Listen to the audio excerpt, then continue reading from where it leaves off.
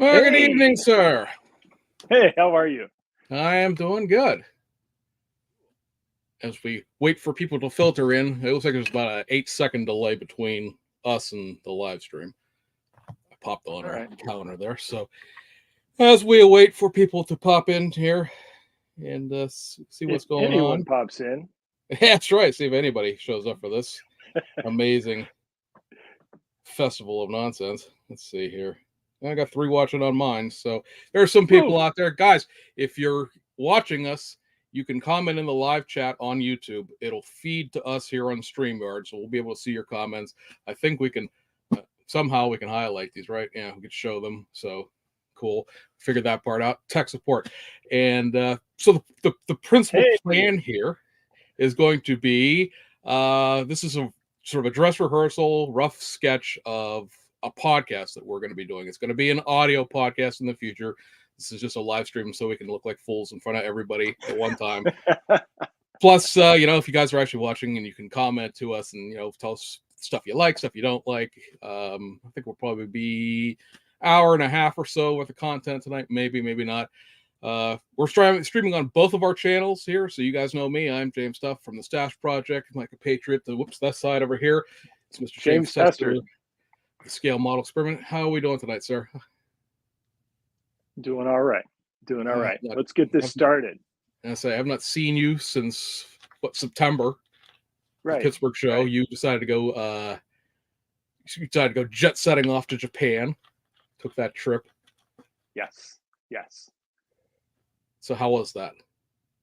Oh, Japan trips are always awesome. I think that was my fifth trip to Japan, and seems like every year I find something new to go to. This year was the Liberty Walk. I didn't post the video to the Liberty Walk store because they were playing copyrighted music in the background.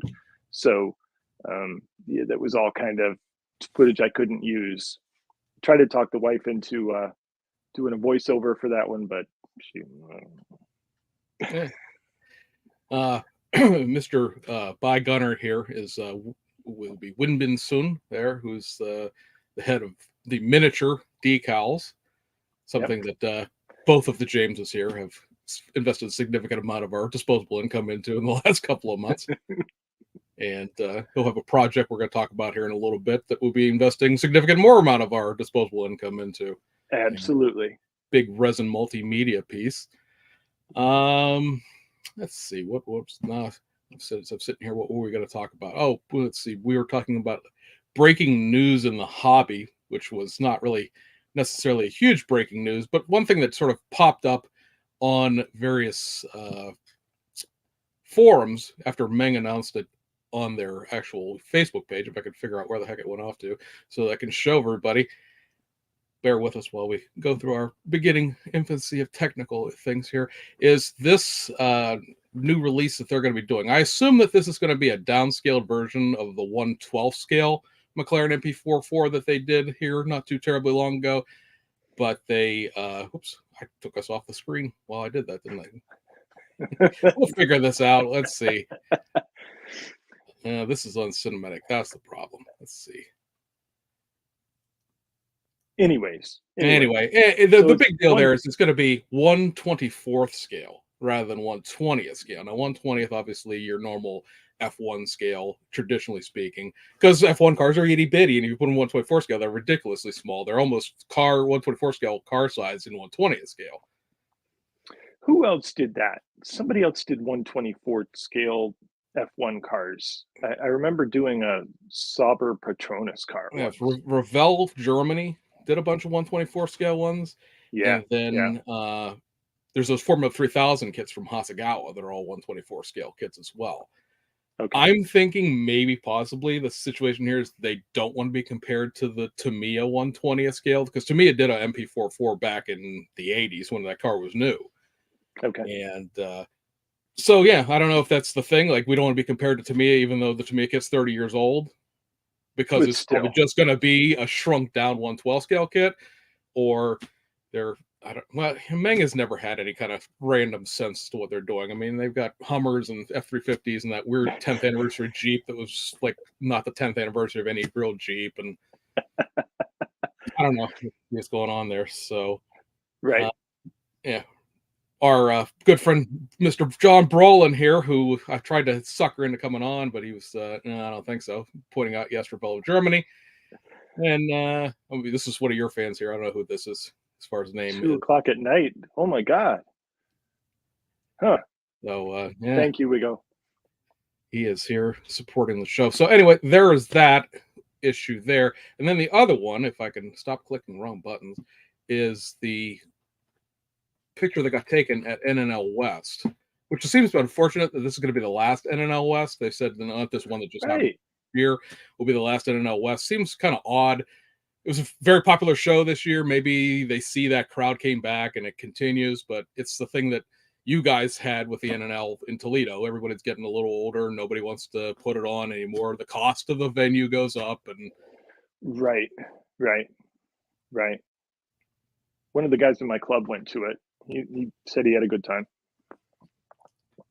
now let's see. Can we? Where's that picture? Come on. There it is. I think. There it There's is. there's the picture. It'll just be over top of us. We'll just deal with it. But this was like a little thing that Mobius had set up there, which has the new wrecker in the foreground, which is supposed to be out already, but we'll see when it actually comes out. Very cool. For as far as I'm concerned, it's something that I like the idea of actually having an actual tow truck that's an actual tow truck as opposed to like the Midnight Cowboy Runner or whatever that horrible Revell thing was that was on the front end of that weird GMC Peterbilt, or any of the AMT wreckers from the Cooter tow truck series, or like a weird wrecker bed there. And then in the background, you have your C10 truck series that is still coming with two M's soon. So they have not fixed that flyer since the Las Vegas toy show, and that's good to see. And then you have this sort of cropped out of this picture. I think I had two pictures, and I'm using the wrong one. But at any rate, there's 65 Coronet, the factory stock one, shown there. And then the background there, the really interesting one to me, is a Mercury M100 pickup. New grill, Yeah. new grill, new tailgate, new side trim. You know, not a lot going on there as far as making a huge thing out of it. Obviously, they have all the F Series pickup trucks, but it's certainly, I think, one of the only models when it comes out of an existing Canadian specific vehicle. So there's that, I guess. I think they beat the Ford pickup truck horse to death. It's time to get on to the Chevys. Um, yeah, yeah. Let's do every Chevy pickup truck from 1966 through 75 now. Yeah, it sounds good to me. I'd be interested to see if they, I assume we're going to short bed, long bed, and four wheel drive the C10. Right. Be interested to see in the future. Will that probably be like a C? Is a C30 a thing? I'm not that familiar with that sort of, having a dually heavy duty truck put this tow bed behind. I think so. I think so. Because But I'm just go ahead. no, I was gonna say my thing with the eight, is this an 8 foot bed length on the Chevy, so you can put that toolbox behind it, because you have that work truck that they did on the Fords. Will that fit on a Chevy too? Because that's something else they could obviously do for very little Oh, right, investment. right. They could just take all the parts off the Ford ones and put it on the Chevy. So I know in one of the places I saw this picture posted, somebody asked, "Is this a real dually on the pickup truck?" And yeah, again, it's just the ramp truck, which was obviously a dually on the short wheelbase. So it'll be all those heavy duty parts, and then it actually has a PTO shaft throw off, which is a nice little touch. Could have probably left that off there. Most people wouldn't even realize it was missing. How many people have driven a PTO driven truck before? But yeah, so there's that coming out. That'll be interesting. I don't know when we're going to see those. Be like 29 jillion years from now, the way Mobius has been working, but it's something. Yeah. Well, the Cornet's pretty welcome too. And then something else that might Yes. be up your alley is Yeah. the ultra wheelbase 65 Dodge is coming out relatively soon. I've seen first quarter. I stole this picture off of Mega Hobby, which is the retail arm of Stevens International. They said third quarter. That seems a little excessive. Probably going to wind Okay. up somewhere in the middle, probably summer, I would imagine. But this is going to be a Model King release, so he'll have them before anybody. I'd maybe NNL East. That would be nice, right? Because he's always, Dave Burkett vends at the. There you go. You fix the screen. Yeah. But I fixed it. but Dave Burkett, Model King, he always vends at NNL East, so it'd be great if he could get those in beforehand. But Yeah. Yeah. I think he would sell out if he got it there. But that for tickles sure. your wagon, right? Yeah, I have the Plymouth already, and so I need the Dodge to go with it. I think you're supposed to be what, an A990 car as well, as far as 65 goes, because they're going to basically make it like that. Was it the satellite that was, or not the Belvedere that came as sort of a Belvedere, day two car. Yeah. right? So yeah, that should be interesting. And then yeah, we can now that you figured out the screen, there's that McLaren. So yeah, I Okay. don't know. I have no interest in it really because I'm not that big of an F1 guy. Me It's either. the wrong Me either. scale, and then somebody has to make Marlboro decals for it then, because the existing verboten tobacco decal things are all in 1/20th and 1/12 scale. So somebody's gonna have to Right. figure that Somebody's got mess to out. shrink it. Some taboo graphics or something like that's gonna have to be done. So Right.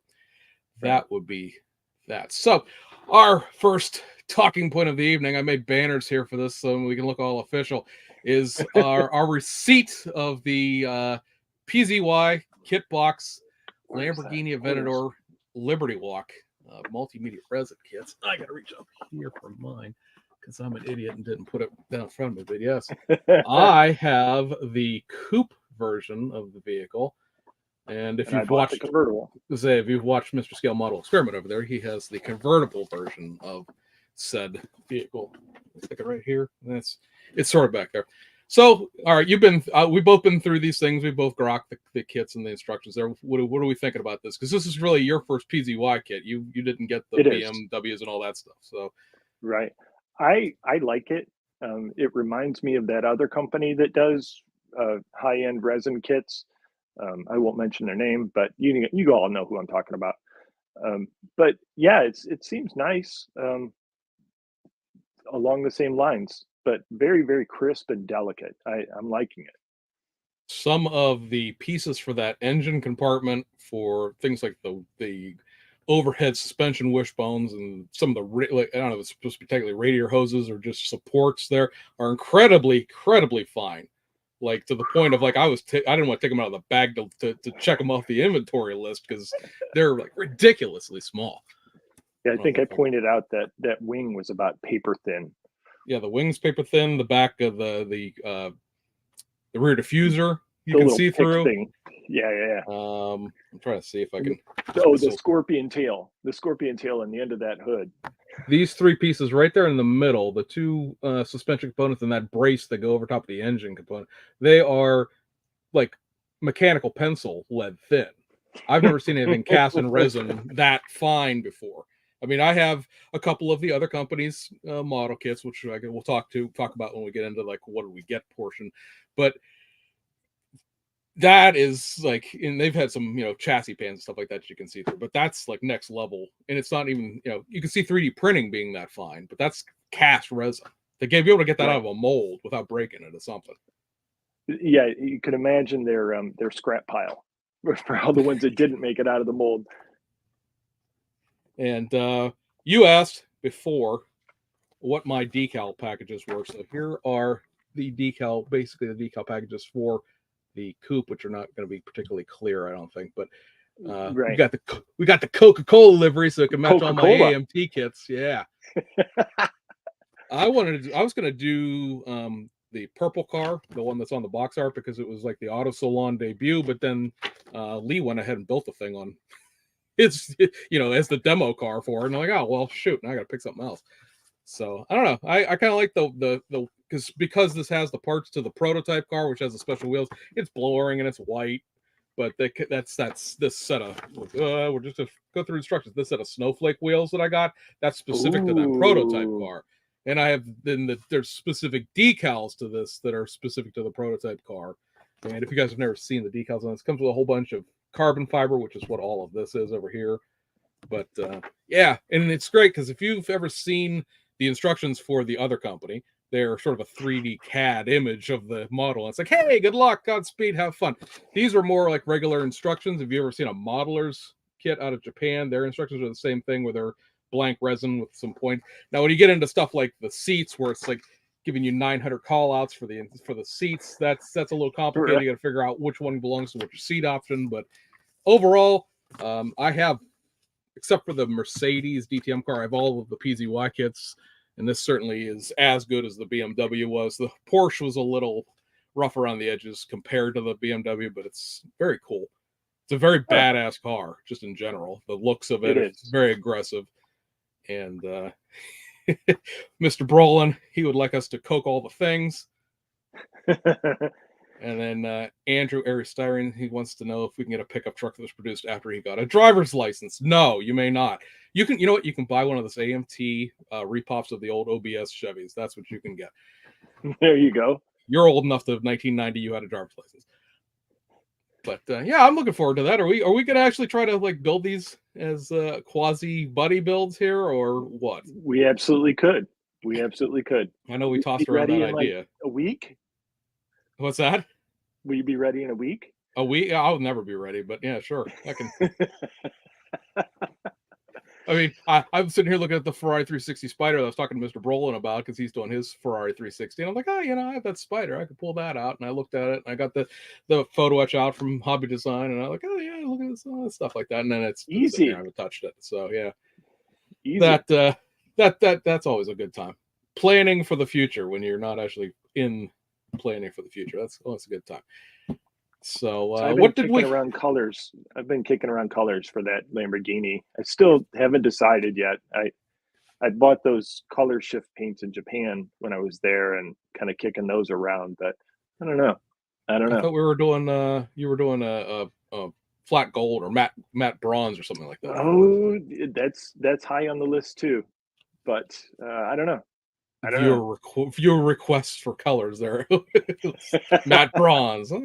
There was a bronze. I mean, there really is that is a real honest to God Lamborghini color. So it's not right. I'm certainly not gonna be the one that's a stickler for like, oh, it has to be the right specific color, although I do have a bunch of specific colors, but that actually is a color, so you can get away with that. Yeah. I just don't want to show up to the show and you had that brown car. Well, I mean, that's when you're like, okay, well, you could build one of them yourself and see what it comes and turns out and looks like. I mean, it could be brush painted. That's always an option. Oh my God, Aries. You got to highlight that one. Oh, Mr. Styrene here is being sassy. Likewise, Andrew, likewise. I see lots of plans. I don't see many models. So we going into let's see here, giving up my banners. Let's see if did I even make one. Oh yeah, I did. Let's see, what have we bought or received recently? So myself personally, other than the Lamborghini, I got buttons. Because I'm not gonna hold all three of these boxes. It's like Christmas every single day at James's house. Trying to upload a video file now. That's right, it is. Why is that not showing up as one of my options? Oh, I can't. There it is. Okay, now I guess this would be much better when it's on audio because we can either edit this part out entirely or not. We don't have to worry about showing screen. But anyway, this is what we got. I picked up from Hobbyland Japan recently. It is 2 Hasegawa rally cars that I'll never see again, and then the newest of the Aoshima Liberty Walk kits. You picked up one of the Hurricanes from Japan, didn't you? Or no, I got the Aventador, the blue one. The blue one. The blue one. That's the one I sold off. I have the light blue one, but well, I figured I bought them all, and then I came to the realization as I've been slowly. I sold four models out of the stash this weekend, so I've been slowly trying to at least keep the stash in stasis, if not actually selling some stuff off. I'm not going to build 2 of those, so I kept. I'm guilty. I bought one. And so, I bought the one that I kept the one I figured I like. So the Murcielago or the Murcielago or however we pronounce that, because somebody's going to slag me for the pronunciation there. It's a brand new tool. So if you're not familiar with these Liberty Walk kits, they don't share any of the tooling with the glue well, they're glue kits, but they don't share anything with the full detail versions of these. Right. The Hurricane is not the glue Hurricane, or the Performante. This one is the Aventadors aren't any of the 18 Aventadors that they did. And then this Murcielago, it's not the what the heck was it? It was a Super Veloce. Yeah, I built that one right there. So It's very cool. It's very wide. It's very big. All of these kits are designed for new modelers because they are highly polished plastic. Technically speaking, you don't have to paint any of it because it is Right. molded in color throughout. It comes with Mylar stickers, but it also comes with water slide decals. If you go to the back of the instruction manual, it has all of the color callouts for painting it, plus the water slide decals, which are a different number than the stickers. If you ever get one, don't you? These numbers don't match. No, they don't, because there's two sets of decals for it. But it's very cool. The Nissan Pulsar there, Group N champion, yay! I guess. I mean, it's just I like the Hasegawa kits because you just built that. Oh crap! What the heck was that? Starlet. Starlet, right? I was going to say it's small sedan, but you've seen the quality of the current generation of Hasegawa kits. Oh yeah. So I mean that's just fun to have. And then the Griffin Tour de Course was the third place finisher. It's got like no decals in it whatsoever. It's like 4 things. It's all white with like number placards. I don't know. I may end up just selling that on as time comes along. But and there's no anime. It was $20. No anime so. on it, so I'm not buying it. Oh, let's see. Model car here, 1589, saying, "Hey guys, Hey, are you too early? No, you're too late." no. Mr. Brolin received his Liberty Walk kit last week, so an auto one, nice kit, and then we got painted the chrome this weekend. Wait for it hard. Well, just don't ever touch it, Aries. It'll be fine. Just don't ever touch it. I assume you did it with the Revell spray paint. There you go, Andrew. There's your question. I know we're on delay from live, so it'll take a second. Right. But is that Revell chrome? Did you paint it like blue stuff? Like what chrome did you use? I'm interested in finding that magic chrome because I've got inquiring minds want to know. Set of Lincoln Park decals for the AMG where the car's chrome, and like right. And I have another like Super GT car that's partially chrome. I could probably fidget around with it's Revell. So he's saying yes, it was the Revell Crom because there's no E on that can. It's just Crom. Crom. So yeah, I guess if you can find something, it's not really so much the touching it that I'm worried about, but obviously decaling an AMG decal set solution is going to be all over that, and it's what can you cover that in that you're not going to wreck the chrome? You certainly can't clear it.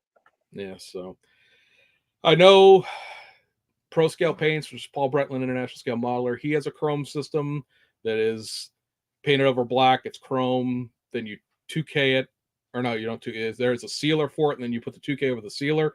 And supposedly, from everything I've seen, it goes back to being chrome again. I have not sunk the $25 into exporting a couple bottles, but over here because first of all, me, I don't use this airbrush in the first place, and then 2K, whole crap, has a whole nother series of unfortunate events. But buying stuff, you're on that.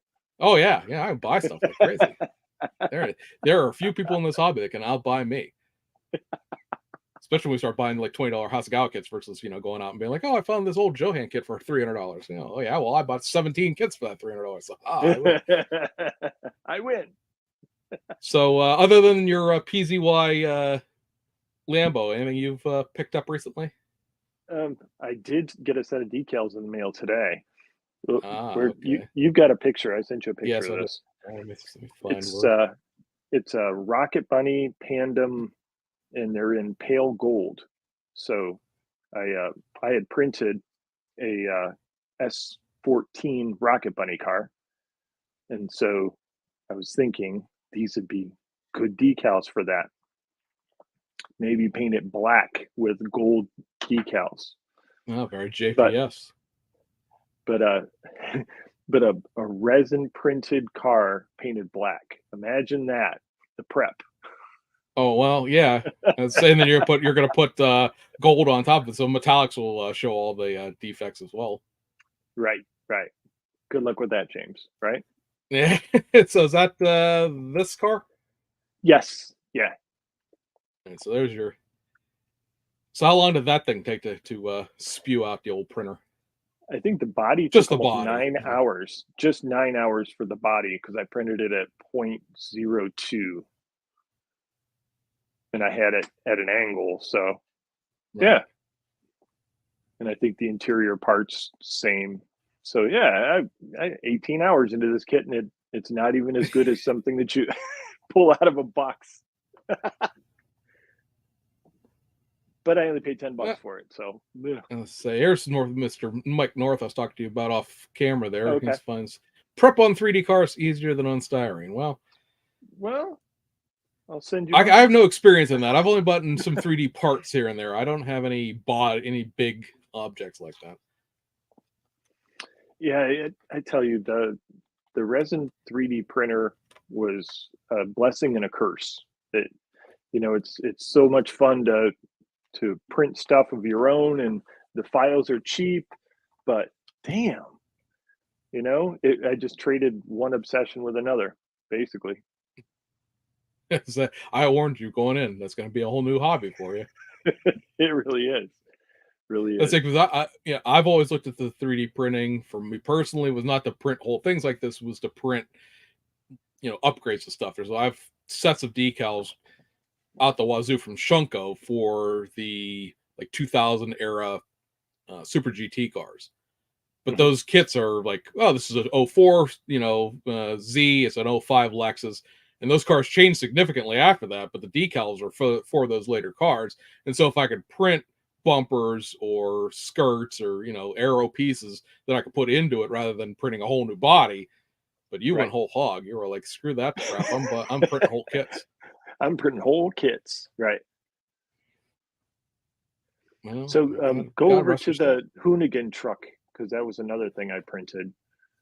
Yeah, okay. This right here. Yeah, yeah. So I printed that. That's the Hoonigan trophy truck. And Right. so the file was like 10-15 bucks. But the decals are by STS. And I think they're out your way, aren't they? STS?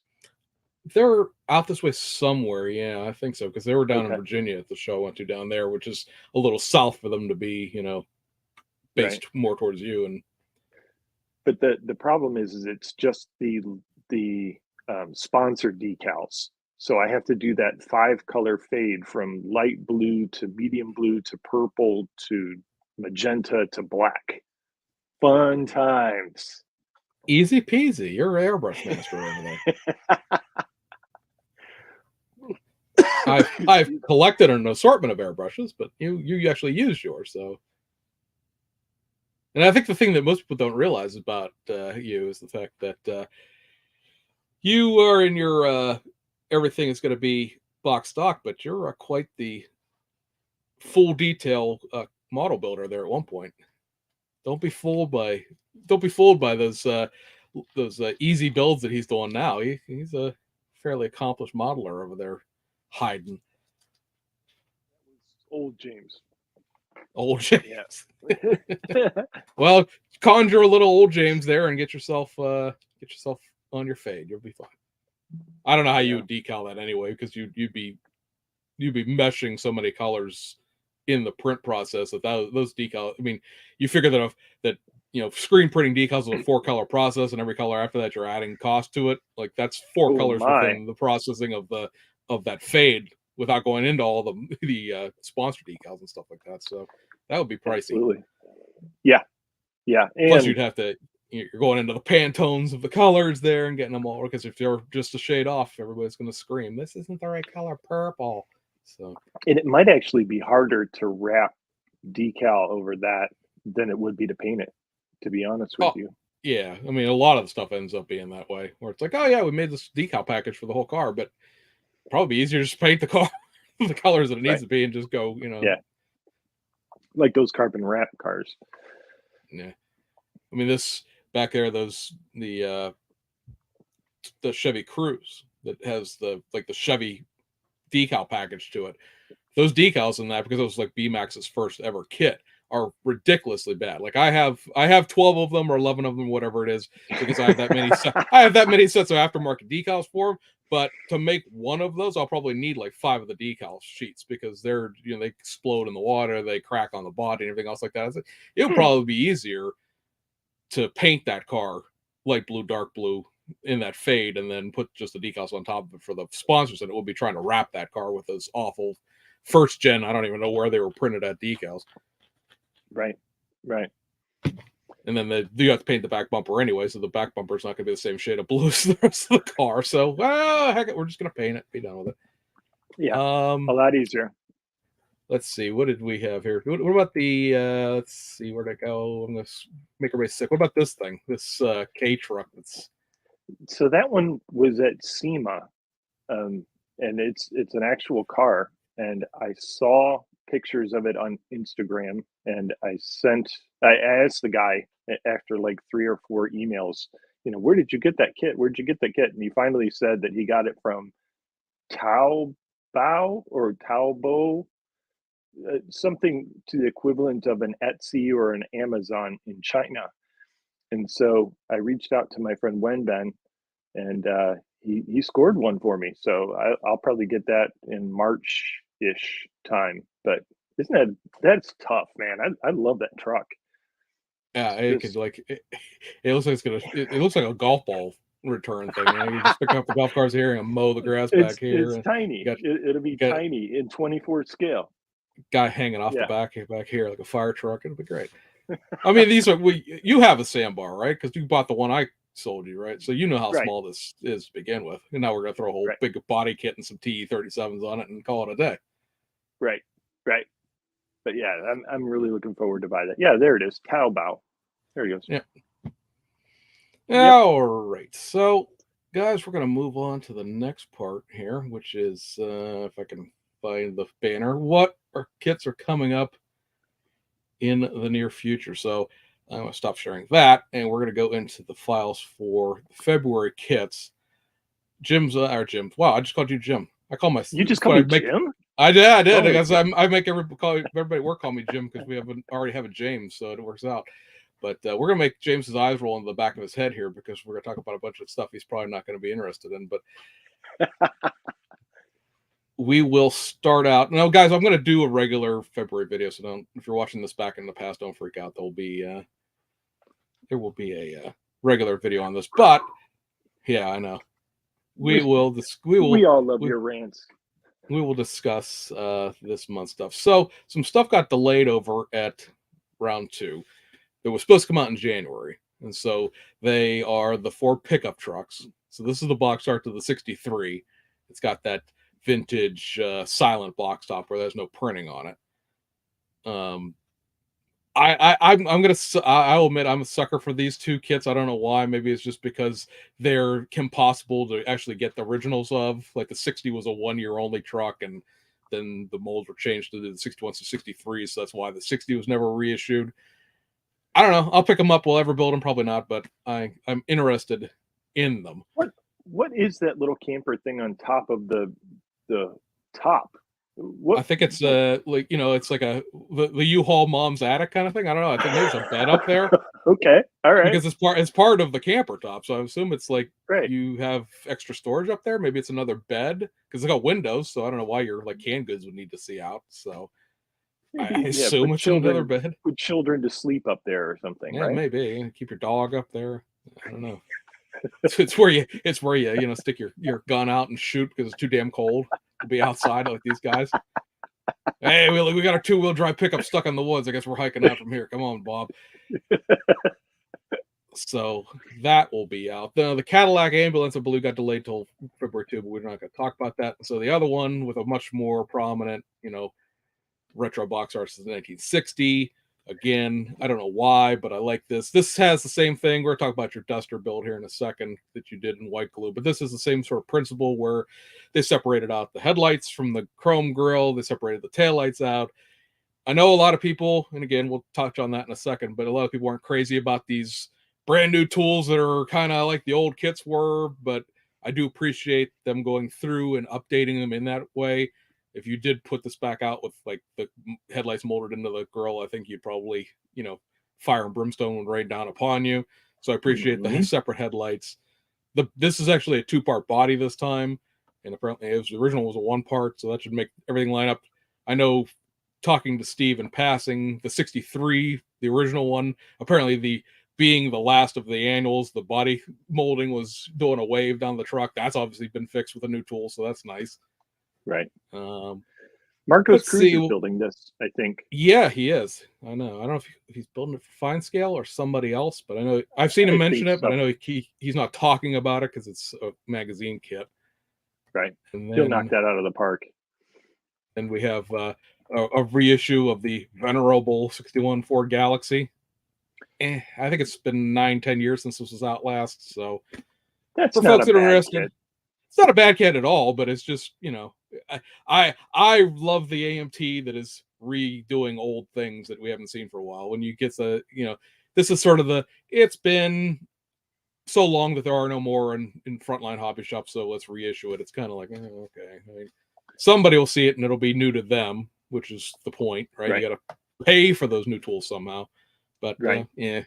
Kick the collectors right down the line, Yeah, so it doesn't necessarily get my motor running per se, and then this is another example of that. We're gonna license John Wick and reissue this same old '70s Chevelle. Now, Steve did say they did But something to jiggle the front end fitment, so it's not quite so bad anymore. But yeah, he it is the only retooled that front 1/25th end. scale 70. Yeah, he If retooled that that scale front thing end matters. so that the grill and the headlights fit. Major improvement. Yeah, still forgot the side mirrors, but yeah. Hey, when you're going through 900 guns in 90 minutes, you're not worried about the past behind you. You're just moving forward, I guess. Right. You can see But, behind you in the rearview mirror there, but the side windows, no, don't worry about that. I have to admit the 70 Chevelle is one of the best looking Chevelles, in my opinion. Oh, I agree. 70, 71, 72. Those are the best years, I think, for those. Another release that's exciting to a lot of people. First time this has been out since 1978. 1981, Boy, technically, as far as the four-wheel drive, bed goes, but this specific boxing was 1978. You've built this or did you build this or you just had a review? You No, just had the I just review. reviewed it and got Yeah. roasted. Yeah. Yes, because you were not familiar with the parts, and God forbid. No one has ever seen a kit for a first time. Oh my. Oh my. Yeah, the guys on MCM forums, they roasted me. What do you mean you didn't know that that's two-wheel drive, four-wheel drive? Blah blah blah blah blah. I didn't really realize it either until you got about halfway through, and I suddenly going, wait a minute, some of those parts are out of the fleet side, swept side, whatever the Dodge term for the regular pickup truck bed was. Right. And I was like, oh yeah, okay. I see why we have so many rear end differentials in this, because some of this is the front differential, some of this is a long bed drive shaft, some of this is the short bed drive shaft. But I mean, this is something I wish I know it's just a straight kickbout. I wish they would have separated the headlights out on this. Yeah. As far as the grill goes, but I I understand. think it'll still do well. Oh, it will for sure, because again, first time the four-wheel drive parts have been available for what is that, 33 years. So it's not exactly Right. a kit you just pick up off the shelf, even at a hobby show. Right. Plus, you've got the Like expanded Warlock decals. If you did find one of these, the decals are not going to be anything repairing usable at this point. Right. I'd like to see them do the macho trucks later. I don't know if you're familiar with those, but yeah, I've seen those. And then another venerable reissue, the 7-in-1 64 bed. 7-in-1. What? 7-in-1, so many options. Most of them are drag racing. It's like, it's a drag racer, or it's like a street car, or it's a Bonneville, or it's this, or it's that. It's like whether or not you have the roll hoop on, or that or the little Targa thing on the passenger seat. Whether that's an N1. That's not 7-in-1. That's 2. Stock or drag. I'm just saying what the box says, Jim. But yeah, I mean, again, this is something. There's two of these. That's the problem. Like, there's an AMT one and there's an MPC one, and they've reissued both of them. Okay. And so this is the one. Like the AMT kit's, I believe, only a factory stock, or maybe a factory stock and a custom. This one's a drag and everything else. I don't know. It's whether or not it trips anybody's trigger. It was out 11, 12 years ago. So I mean, a lot of the stuff mesh the two. I imagine you probably could, maybe. I mean, this is obviously way back in the past when they were separate companies, so they're not going to be exactly the same. But it is what it is, as I like to say. Let's see. I think that's that for that. All right. So Revell has a couple of kits, and these are actually out. These are in at your local hobby shop, maybe, but they're certainly in at like Model Roundup, places like that. You have the American non-glue paint thing. This is an American sized box. 71 Mach 1. So you have a new 429 engine in this, with obviously the new hood and the sort of factory dog dish hubcaps, I guess they would be. This is aimed directly at the movie car, so you don't get all the Mach 1 other decals you'd get. It's the movie cars striping package. Okay. But you've got all of the, you know, wood grain decals and all the stuff that came in the Boss Mustang. So I mean, that's a nice kit, by the way. It is a very nice kit. I've seen a bunch of people say they really wish that they were making the police car in the back. I mean, it's a light commercial guy originally. Yeah, I'll take one of those too. But it's I have no complaints about it. It's because I have the Boss Mustang. It's a great kit. It looks awesome. You white glued the thing together, as I recall. So you've actually built it. I did. And you know, little side trivia: my first car was actually a '71 Mustang. It was a notchback. There wasn't a straight panel in the whole thing. It was all full of Bondo and rust, and I think there was a 2x4 behind the driver's seat to hold it in place. But it was my first car, so you know. But you know, we're supposed to. We've seen parts trees for a '73, which would have that Endura bumper on it rather than the chrome bumpers, and then maybe an Eleanor from like the original Gone from not the goofy remake with Nicolas Cage, but the original Gone in 60 Seconds. So those would be interesting future editions. We'll see, maybe next year or something like that. I don't know. There's nothing in the Revello Germany stuff said anything about any more Mustangs, so I don't know if that would be U.S. specific kits at that point or not, because as I mentioned in that video, not everything that was in the New York Toy Fair is going to be in Germany. Not everything that's in Germany comes to the United States. And let's see, we got a comment down here. Here's a good one here. Do you think the new Warlock kit will have price destruction on the original kits? Yeah. I don't know. Troy? I'll say you guys who've watched my channel, you know that's one of my favorite things is destroying kit collector prices. I mean, it's certainly gonna make. I don't know that an original one of those would be necessarily worth any more, because the thing with round 2 is they're copying the original box art with these kits, so it's not a situation of like, well, this is, you know, got the goofy 2024 box art. No, it's got the 1978 box art. Unless you know your kit numbers on the end, you're not going to, just looking at it, be able to tell the difference. So you just have to weather and age your kit box, and pour a little coffee on top of it there and set it outside. Hey, it's an old one. I mean, I would assume, especially because for me, buying an original something, because I do have a couple of Johan kits. I have, and let's try to think of like old stuff that I have a Capri 2 AMT kit. I have a 75 Pinto AMT kit. Those don't have decals in them, right? So if I'm just going to paint them, as long as the plastic's not warped or broken, then it's good to go. Something like the Warlock that is so dependent on the striping package to make it a Warlock as opposed to just a short bed 4-wheel drive Dodge pickup truck, those decals are toast. You're not going to find a single 78 kit, no matter what condition it was stored in, that's going to have good decals 4 years later. Well, you know what I learned when we did that USACC 40 Ford group build?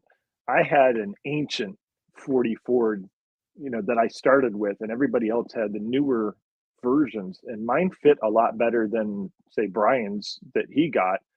And then when I showed it off at the club, one of the guys brought in an original issue of that kit, and it was even crisper than the one I had.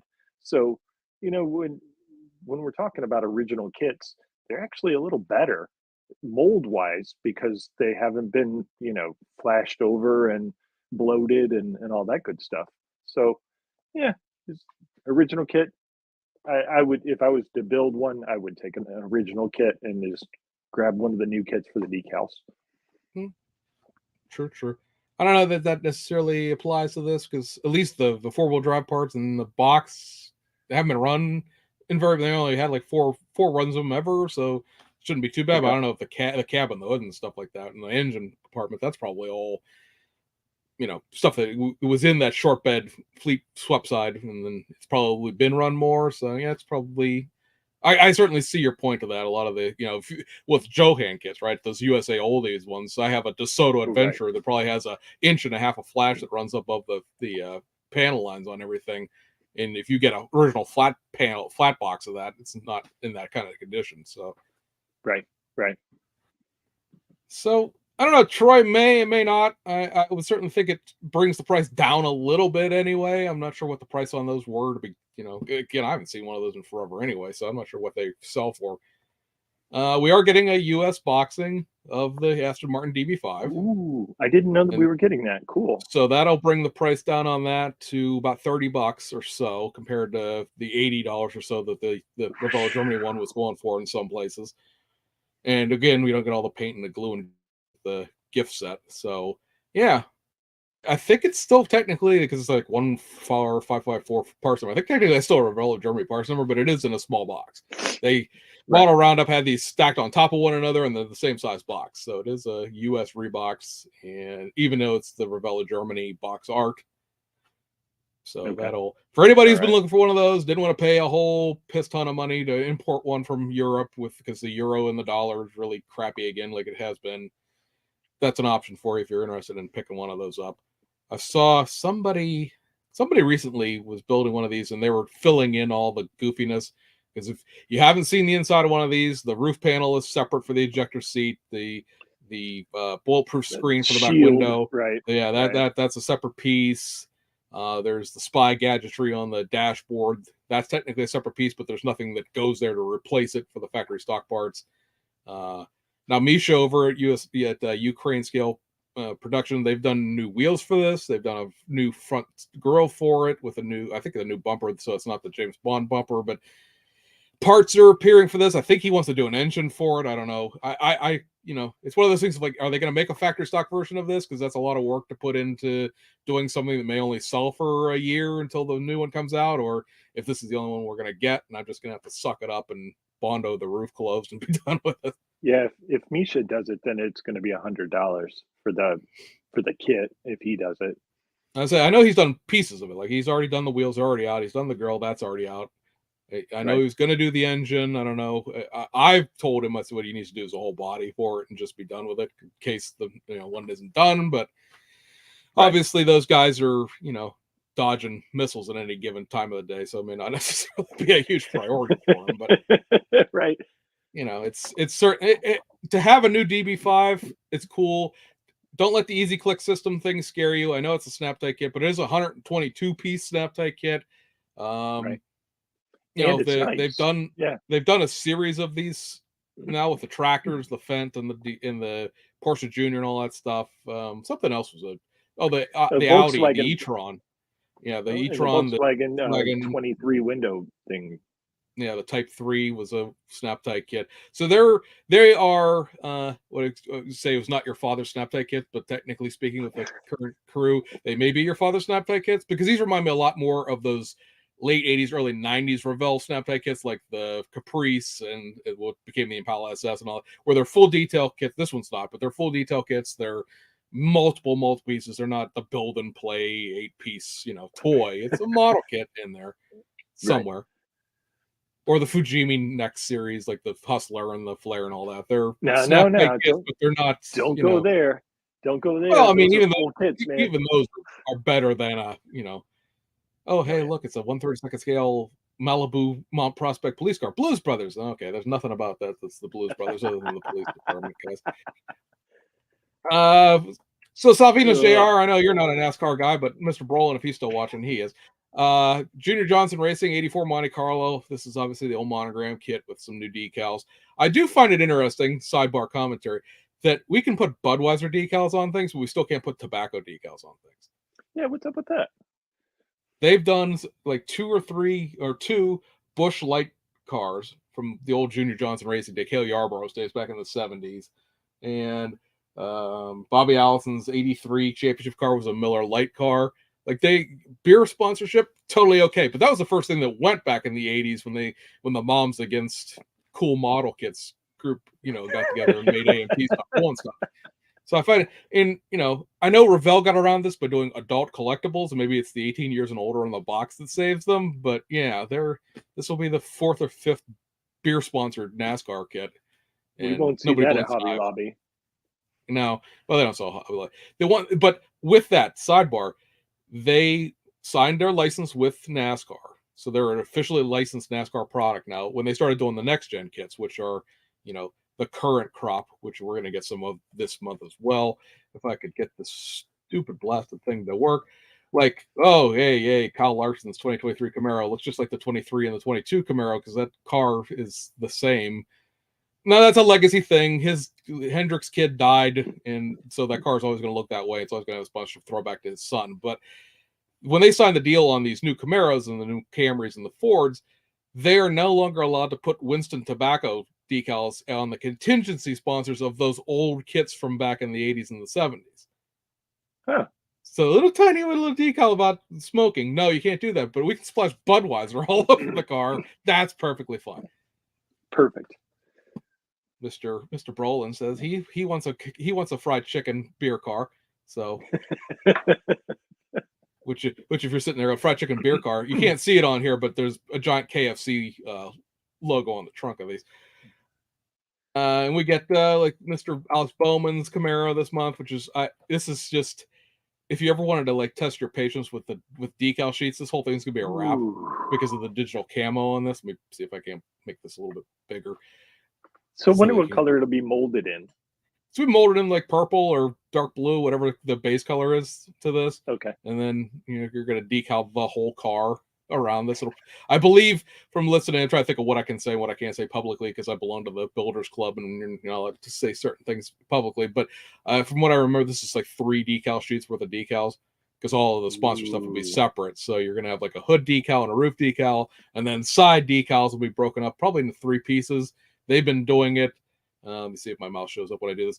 They've been doing it where they're splitting it like on the A pillar and then splitting it on like the C pillar, so you get like 3 pieces down the side, and then you'll get an overarch for the roof, and then the front end will be split here, and you'll get side like the GT3 cars are, where the split across the grille, and then you get a hood. The only problem with these next gen cars, my personal opinion, as far as those decals are, is the next gen cars. Those are like open hood slats on the hood. If you really want that to look right, you're going to have to cut all those little hood slats. And then the thing with the cars in real life that I see a lot of people when they build these don't do is these slats are actually attached to the engine. The hood opens over top of them, and the slats stay on the car. So technically, you need to cut around the outside of the slat and then cut all the slats open. Yeah, okay, well, get your microsol out because this is going to take a hot minute. It's going to take a half bottle, right? And then the last one that's coming out will be this William Byron Raptor car. It's a nicer livery than the Raptor cars have been. This will probably be molded in black, I think.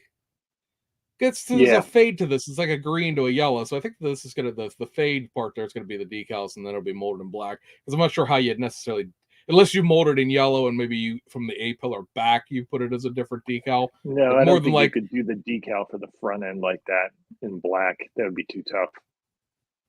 Mr. Onyx Fiero Scale Model Works. Hey guys. Hey, how's it going? Yeah, because the shtick with this, and a lot of people have commented in the past about, like, they're molded in color. They molded this in color. They should just be in white. Part of the deal, again, with NASCAR was that they're selling these in a way to make them accessible to everybody. So you don't have to paint it. So if it's molded in black and you just have to put the decals on, it's, we both know as modelers what it's going to look like, without clear coat and all that stuff, because this is a wrap in real life. So obviously it wouldn't have steps and it wouldn't be different colors and stuff like that, or different textures to the paint.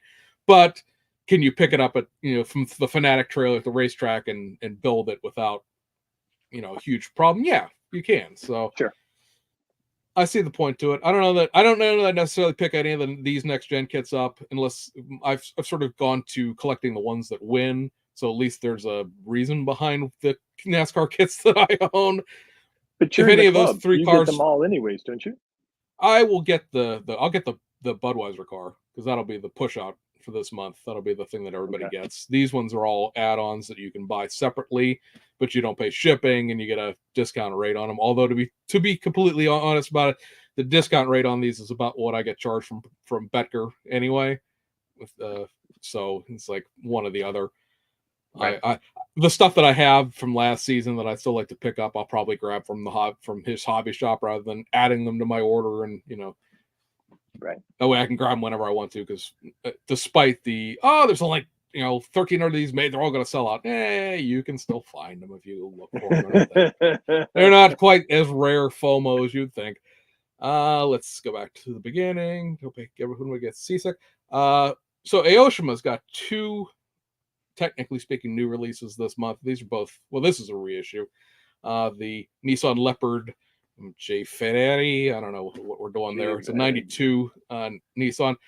This is one of those kits that American Satco got a hold of back in the '90s and released as an Infinity J30. I happen to actually have one that is painted a metallic lime green. I traded kits for it. It was already partially started. I'll get to you in a second, John.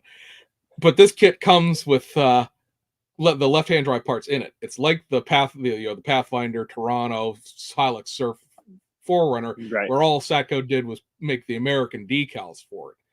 So I'm thinking that once this comes out and once I see exactly what the contents are, I will probably, because it's going to be like $20 in Japan, in eventuality, I'll probably buy one for the body and then combine it with the one I have, because nothing else is started on that kit. It just has lime green metallic paint sprayed on it, and I was like, I can always strip that, and now, hey, I can just buy this and just get a whole new body. I'm sure that's way up here on your build list too.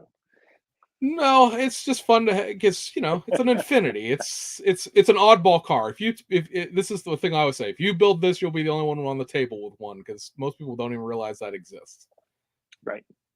Mr. Nacho Brolin Z over here would like to know when we will be discussing Taylor Swift. Ha ha ha ha ha, sir. Ha ha ha.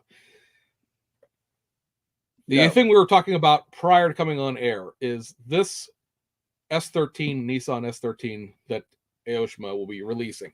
Now, I'm going to, as I sit here and type in the background because I should have had this up already, the thing is being branded as, if we can get Hobby Search to load in an efficient, effective manner, as the Silvia 1991 Aero Custom. Okay. Latest Riawa version. Original front bumper, original side step, original rear bumper, scarf, which I'm not exactly sure what that's supposed to be in English, aluminum foil, so hey, at least we'll be able to bake a potato, and then window frame masking stickers included, which is a thing that Aoshima's been doing. They've been putting window stickers in all of their, reissues of their old kits, which is cool because window mask all the things if you can. Right.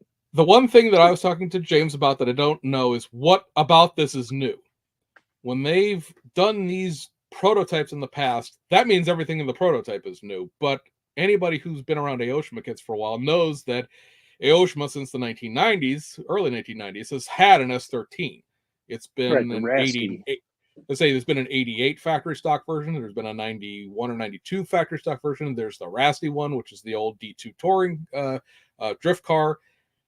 There's just a S13 like Q and Ks and all of those, King, Queen, Spades and whatever the trim levels were on those. They've done those. I don't know what's technically new about this, because there was a Silvia they did not too terribly long ago that showed up the same way. I think it was an S15 that in the end it was just decals. It was all pieces and parts from other kits that they've done. They put it in a box and went, well, it's never been in this box before. Shazam, it's new. Right. You'll buy it anyways. Probably not. I have my S13s. I have the 88 kit because that one they've done since then. Well, those never did. They have done the early late version factory stock kit since they started the whole new the model kit series back 5-6 years ago. But prior to that, the 88 kit had never been reissued. They did the newer version, and then that new version, the 92 or 91, 92 model year, was what all the rest of the kits were based off of. Right. One of these came with an engine, so I don't know if that's going to be in there or not. It was an insert, it's a top fit insert. Let's see here. Recently picked up the Aoshima Knight Rider kit. It comes with an LED board for the scanner. Amazing kit, especially compared to the MPC. Love Aoshima kits. Yep. I mean, no loss of Aoshima love here. At one point, Aoshima was probably the biggest chunk of my collection until Hasegawa came around and was like, "Hey, we're going to produce new kits," and now I probably have more Hasegawa kits than anything else. But the Knight Rider kit, yeah, it's very nice compared to that 82 annual NPC kit that they were like, "Hey, Knight Rider, Right. let's we're gonna do that." Hey, haha. Let's see. Everybody thinks the Taylor Swift thing is funny. I'm glad you all are hysterical. Mike North saying maybe it's not off the common chassis like the previous one. Maybe. The thing, Mike, is that nothing on that list says new tooling anywhere. It's weird that it's in this prototype form to me because nothing about that says new tooling. And if it doesn't say new tooling in Aoshima, it usually means that it's not new tooling.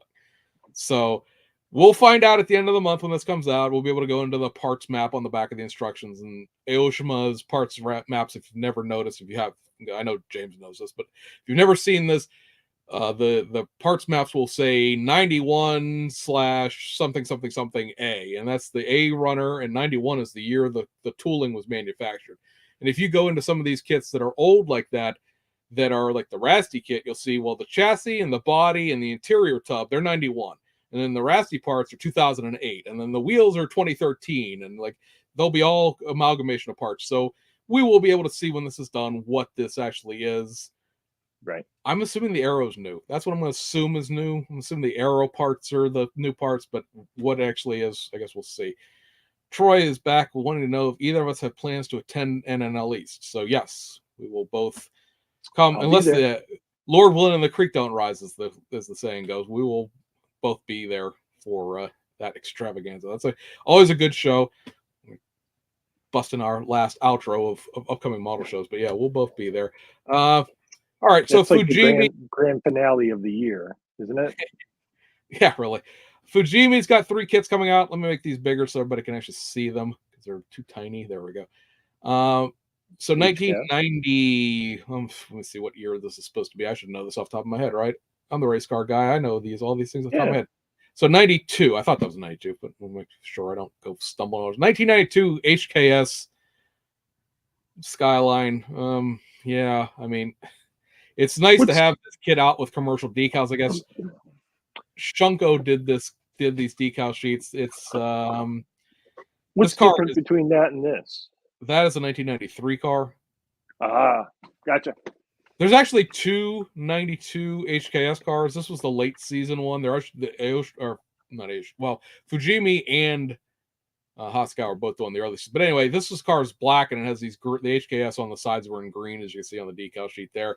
This has the new the Spanish audio program, the EAS there, where you can adjust the camber and the ride height and all that stuff. It's got a new chassis to it, which I've said in the other videos about the 124 scale one is the new chassis. It's actually an all-wheel drive GTR chassis compared to this kit in the past has always rode on a generic rear-wheel drive Nissan chassis. So it was, as a GTR, it was never right. The tooling is based off of like the 25 GT, which was not an all-wheel drive car. So I mean, yeah, like woo, I guess. I mean, I have a set of those, and I'll put them on a Hasegawa kit. But if people just want to buy the kit for the kit, it's there. They're going to be reissuing the 90 series, which I think makes this a 91 as far as the model year goes, of the Toyota Cresta. Aoshima makes these too, and frankly, I think the Aoshima kits are better. They have more parts to them, if nothing else. I don't believe the Aoshima kits come with these snazzy 90s era seat decals, which is a Toyota specialty, really. Toyota and Suzuki both had these crazy patterns to their cloth seats back then. But yeah, that's got, yeah, okay. And then this is the Mark II Tourer 5, which is basically the same car as a pillarless hardtop, again with the crazy seat decals. They're very, very basic kits. They're like 60 pieces. It's a shelf model if you really, really wanted to have one. Both these kits are bone factory stock.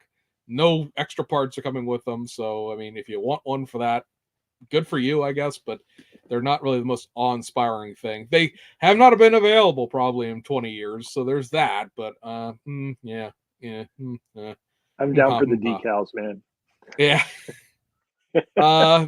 I'll take us over to Hasegawa. Hasegawa's got, speaking of those 124 scale Formula 3000 cars, Club Angle, which is the sponsorship here, on a Reynard 89 F Formula 3000 car.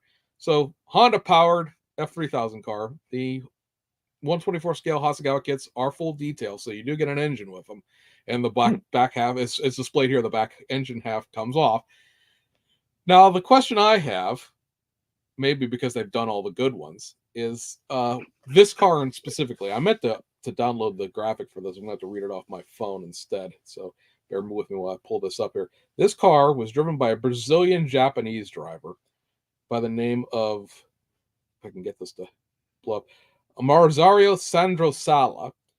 And the name of the racing team was Funaki Racing. I'm gonna say it's Funaki, right? It's Funaki, Funaki, Right. Not Funaki, but Funaki. In the Reynard chassis, the Mugen Honda here had 4 total races before they switched over to a different, to a, what is that, a Lola chassis. So there are your race results for the 4 races: 27th, 16th, 31st, and didn't even bother to qualify.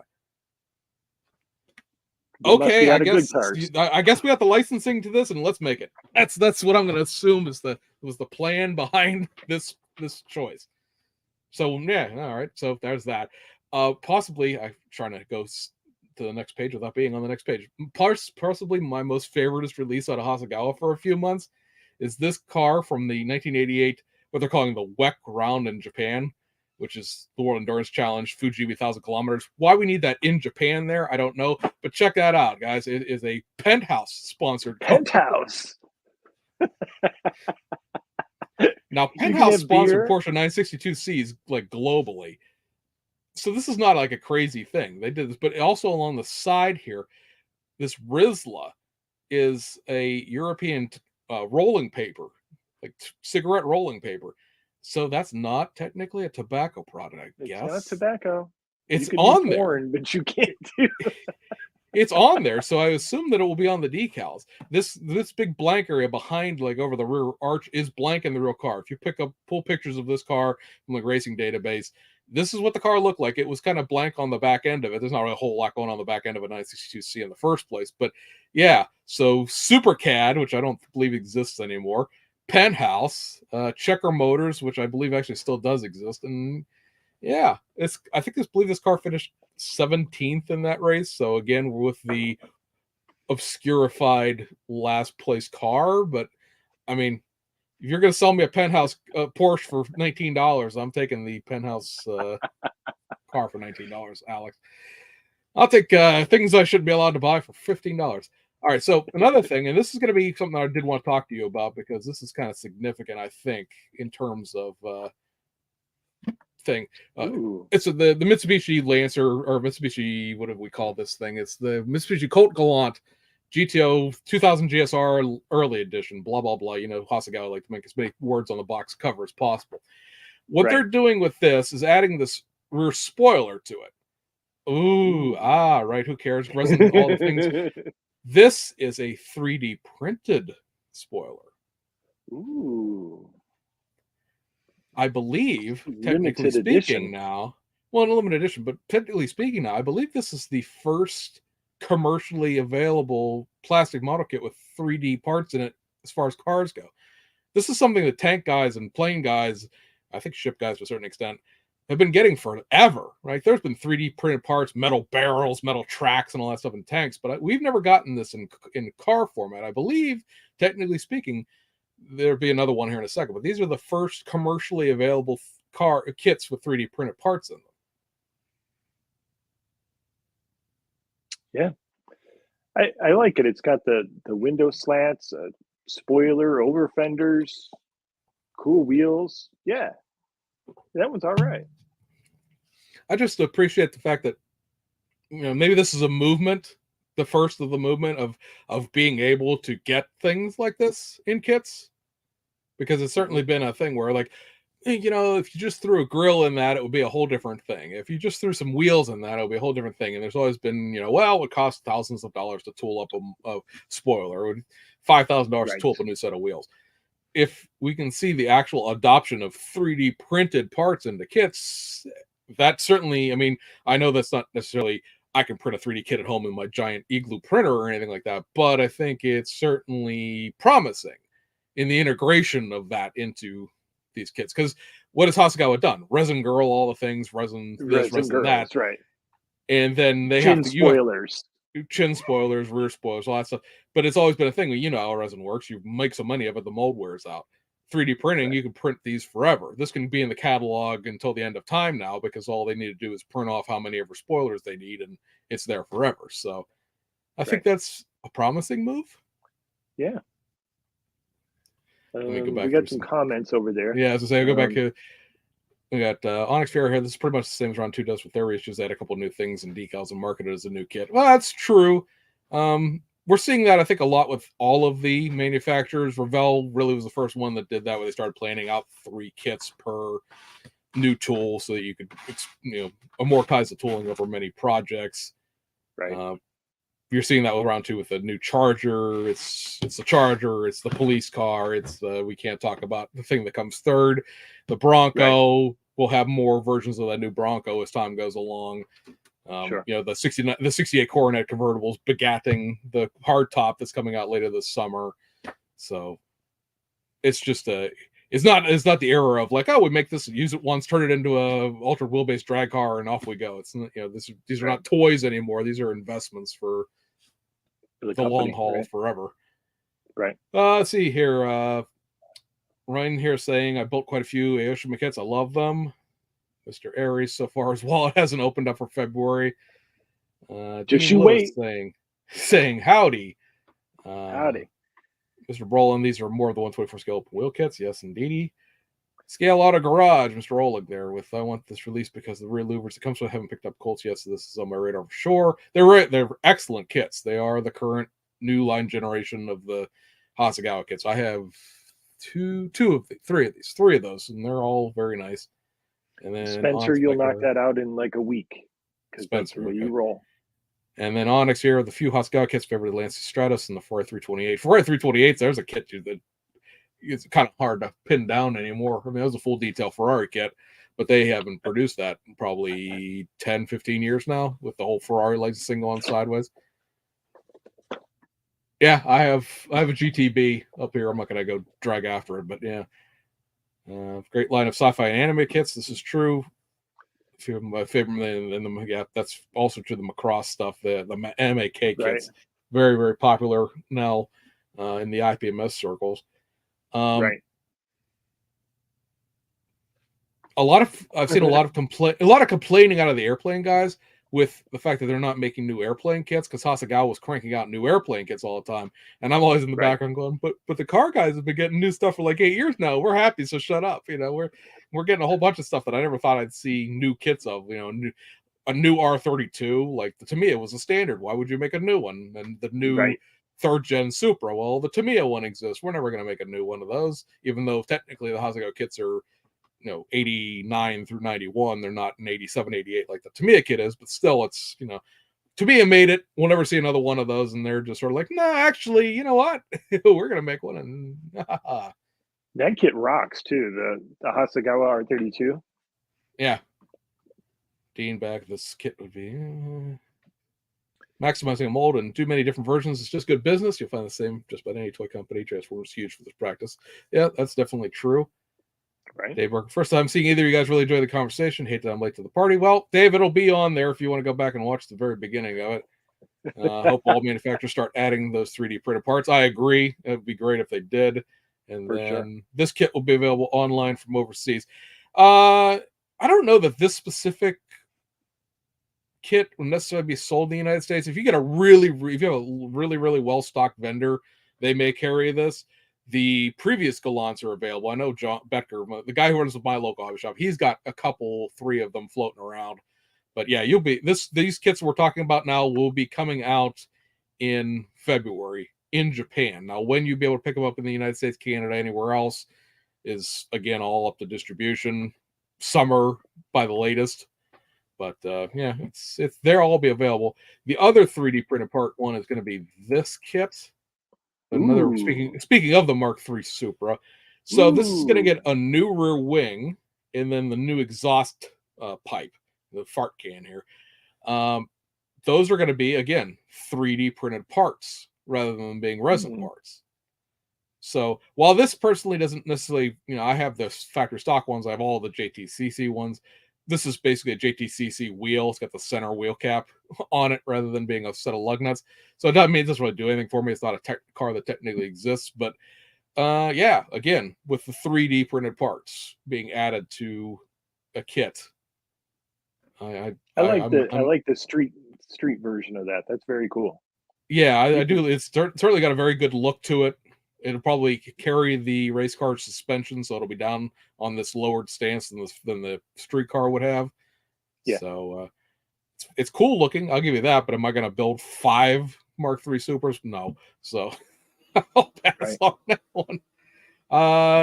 Another rally car from Hasegawa. It's 1986 Monte Carlo rally. This is Team Jolly. They were a privateer sponsor. This car was being run in Group B rallying long after Group B rallying had gone over to the S4 Delta.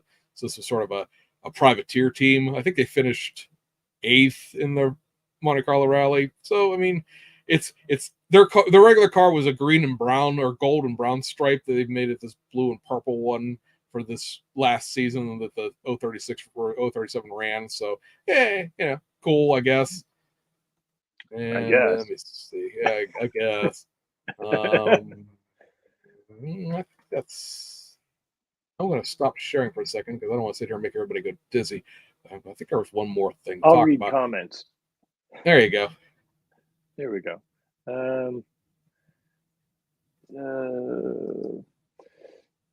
And I think 3D parts are here to stay. Hard to see a downside to it. Absolutely, Dave. Onyx says, I've ordered from Plaza Japan, had good luck getting few kits not available here, like the Toyota MR2. Right. I found that if you order them online before they're released, you usually get a discount on them too. So that's my thing, is to get them cheaper than when you even, that's the cheapest time they'll ever be unless somebody buys it at the show secondhand. Onyx says, that's my favorite generation Supra. And this might already been covered, but are 3D printed parts styrene or different material? They're resin, which is different.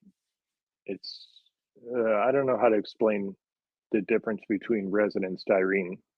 Well, I mean, Dave, if you've had any experience with resin, anything, it's the same principle. It's going to be, it's not a different kind of resin than resin kits are made out of. It's just a different way to go about making them. And then the last thing, I did find it. It's sort of a meh, but why not, since we're already here. The BMAX is reissuing their 1/20th scale, proper scale F1 car. This is an MP42B, which is 85 Monaco. This has already existed. It was released under the BMAX label. There was the whole kerfuffle with BMAX and Aoshima over licensing and distribution, and that's why new exists. And after that contract with Aoshima expired, they've gotten their BMAX name back, and so this is just reissuing this. This kit came out in 2018. That run existed, and that has not been available since. So this is just sort of refreshing the coffers. Gotcha. Still no anime girls on it, so.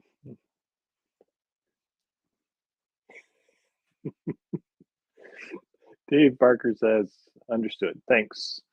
Onyx says, the box art kind of looks like Lego to me. Yep, it certainly does. Certainly does. James, what are you doing over there? I think you're on mute. Yes, you are. That's not Can't unmute. Nice. Okay. I can unmute. You muted yourself on the channel. So the other thing was on the new kit discussion. I knew there was one more thing to talk about, was the upcoming, because we talked about it. We teased it a little bit while we were discussing the PZY Lambo, and that is the upcoming PZY kit box when been decal designed. Hatsune Miku BMW Z4 from the 2008 Japanese Super GT series. Now, take it away, Mr. James. I think that's not actually going to be available until March now. I just talked to Wen Ben, and we're waiting for the photo etched and the turned aluminum pieces to be finished. That would be these So little front struts here. yeah. So, but as far as I know, the decals are ready, the resin parts are ready, and yeah, it's I'm chomping at the bit for this one. When he built it, he full wired it and stuff, and so I'm inspired. I'm gonna go for it this time. History speaking, 2008 was the first season of Miku on a race car. This was Studi Racing, which is still a factory BMW team in 2024. They still exist. Glad I think it's come and gone. Uh, Technically speaking, this is not considered to be a Good Smile Racing car because it was prior to Good Smile Racing forming in 2010. But for fans of Miku, this is where this began. There should be in the future, I don't think I'm necessarily leaking anything here, is there will be a 2009 season car, which looked a little bit different. And then with these two pieces, you will be able to do with decals and this, that, and the other things that have existed, every single Hatsune Miku car from 2008 through 2024. So if you want to have a what the guys on Plastic Model Mode, or not Plastic Mode, but Plastic Posse podcast would call a Magnus Opum build, which is your lifetime achievement build, building every one of these might qualify as that. Because some of the seasons there were two cars, some of the seasons there have been spa cars and Super GT cars. I mean, there's probably there's what two of these Z4M coupes, because these are technically not the convertible base Z4 that came after it. That's why we got a weird front end on it and stuff like that. But then they ran a 911 in 2012. There were technically two kits of that, but they ran the 911. Then they went to the Z4s. They ran those through 2014. 2015, they ran an SLS Mercedes, which is when they went to Mercedes. And then 2016, 2017, 2018, they were in Super GT. 2019, they ran Spa and the 10 hours of Suzuka, which was a separate race. They also did that again in 2019. And then in 2020, it was a Super GT only because everything got canceled because of blood plague that ruined the world. And then there have been Super GT cars every year since then. I think we're at like 18 or close to 20 of these if you were to build them all. And how many do you have? Not counting like the two Porsches in the same year. Because what was it? 20, was it 2012 that they ran the two cars? They ran the O and the 4, because one of them is the Sega cars, and then the other one was the regular. Oh yeah. So technically, there were two cars. There were two Sega cars because we have the decals to do both sets of those, and then the chalkboard car and the other one, and then there's the regular thing. So yeah, there's just a huge pile of these that exist. Pricing wise on this, for guys or not, this is going to be kind of like your high end resin kits. This is probably going to be 150, 160 bucks, give or take, maybe a little bit more, maybe a little bit less. That's not counting shipping and PayPal charges and all that happiness. So understand that you're sinking some cash into this project.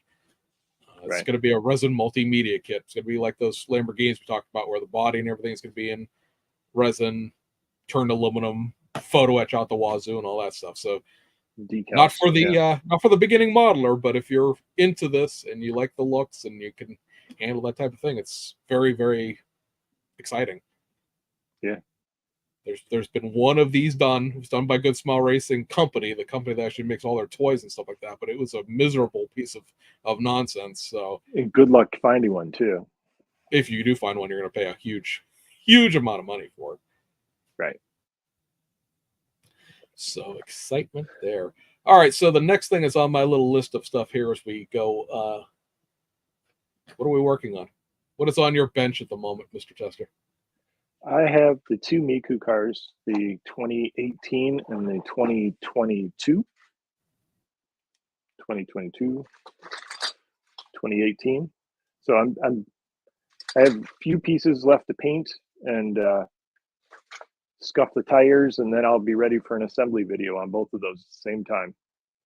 But after that, it's the Lamborghini, and then after that is the Z4. So I'm booked through what, May? Say July. Because as I say, there's going to be 3D cars that fall out of the sky between them. There, like Yeah. this one right here. I'm sure this will fall. Oh yeah, It's yeah, got yeah. at I some forgot point. about that. So that's an R32 with some parts from Wenben for the resin over fenders and the yeah, and the decals. So yeah, I'll probably build that too. Good looking car. Yeah, why not? I mean, there's just so few things that you have to deal to do. Let's see. Speaking of things that you want to build, oops, I did that the wrong way. Let's do this right here. How about this? One of we were discussing Yeah, this before. I saw that one today, and that's a wide body Toyota 86, and the decals. Something about those decals just kind of turned me on. So yeah, I want to build something like that. I bought all those Now, one kits. minute, if you're Remember, walking what this was it? back, Yeah, what was it about 2 years ago? I went on that shopping spree on Buy-E and bought all those Itasha kits right? and got them all and said, these aren't what I really wanted, but they were I'm cheap. saying, yeah, I'm not sure. Be interested to do more research into what car this is, what body kit this is, because there's I don't know 4 or 5 of them for the new 86, but they've all more or less been done at this point. A lot of them, Fugu Right, Garage did a bunch of them, and somebody else did a bunch of them. right. So it's possible that decals aside, that the bot. Well, I mean, even if you just 3D printed it yourself, you can find the files. I don't know if this is the Right. Speed Hunter one or not. It doesn't look like a Liberty Walk one necessarily, but yeah, I mean, Mm. there's your homework assignment if you really wanted to buy it, is figure out whose body kit this is, and if it's available. It should be available as a 3D design because it's been, like I said, they've been done. So somebody designed it at Right, some point. right. So But yeah, that's I would like to build something like that. on my end. I have a bunch of parts sitting here for this god's forsaken Honda Civic project that's never going to end. Um, and then I guess I've got a Lamborghini that I've got to build, and then I have 2 different kits that are like 50% of the way done that are touring cars and GT3 cars I need to get done for that table that John Sweber and I are setting up at IPMS Nationals for race cars. So I should probably, have something to put on the table since I'm the one that booked the table in the first place. Call me crazy. That might be a good idea. Maybe. I mean, I have So like some stuff is it laying just going to around. be Miku cars, or is it going to be No, it's gonna be anything. We're calling it touring cars and customer racing. So it's like any touring okay? cars from 70s, 80s, 90s up through through modern day. Because like the GT1 cars were sort of the first customer racing cars. I mean, you could argue that Group C cars were customer racing cars, technically speaking, but Right, prototypes are kind of away from what I wanted to have the table be. I wanted it to be things like the Supra, the R32, the R31, all the modern GT3, GT4 cars, and the 80s touring. There's so right. much of that stuff that's been kitted by Hasegawa and BMAX Nunu and all that stuff. We sat down, me and John sat down one day and figured out there's something like, if you took every single car kit that there is of all these, there's something like 124 different kits without any kind of decal support that you could build for that table. So it seemed like no F1, no open wheel. There's an F1 group in IPMS already. NASCAR is so big and so broad that it should be its own thing aside, and so we're sort of riding that middle of race cars that look like the things that you actually could drive, not the things that are Group C cars or LMP1 prototypes. The TSO 50 is a cool car, but doesn't look like a Toyota by any stretch of the imagination. Right, right. But it'll be a nice display.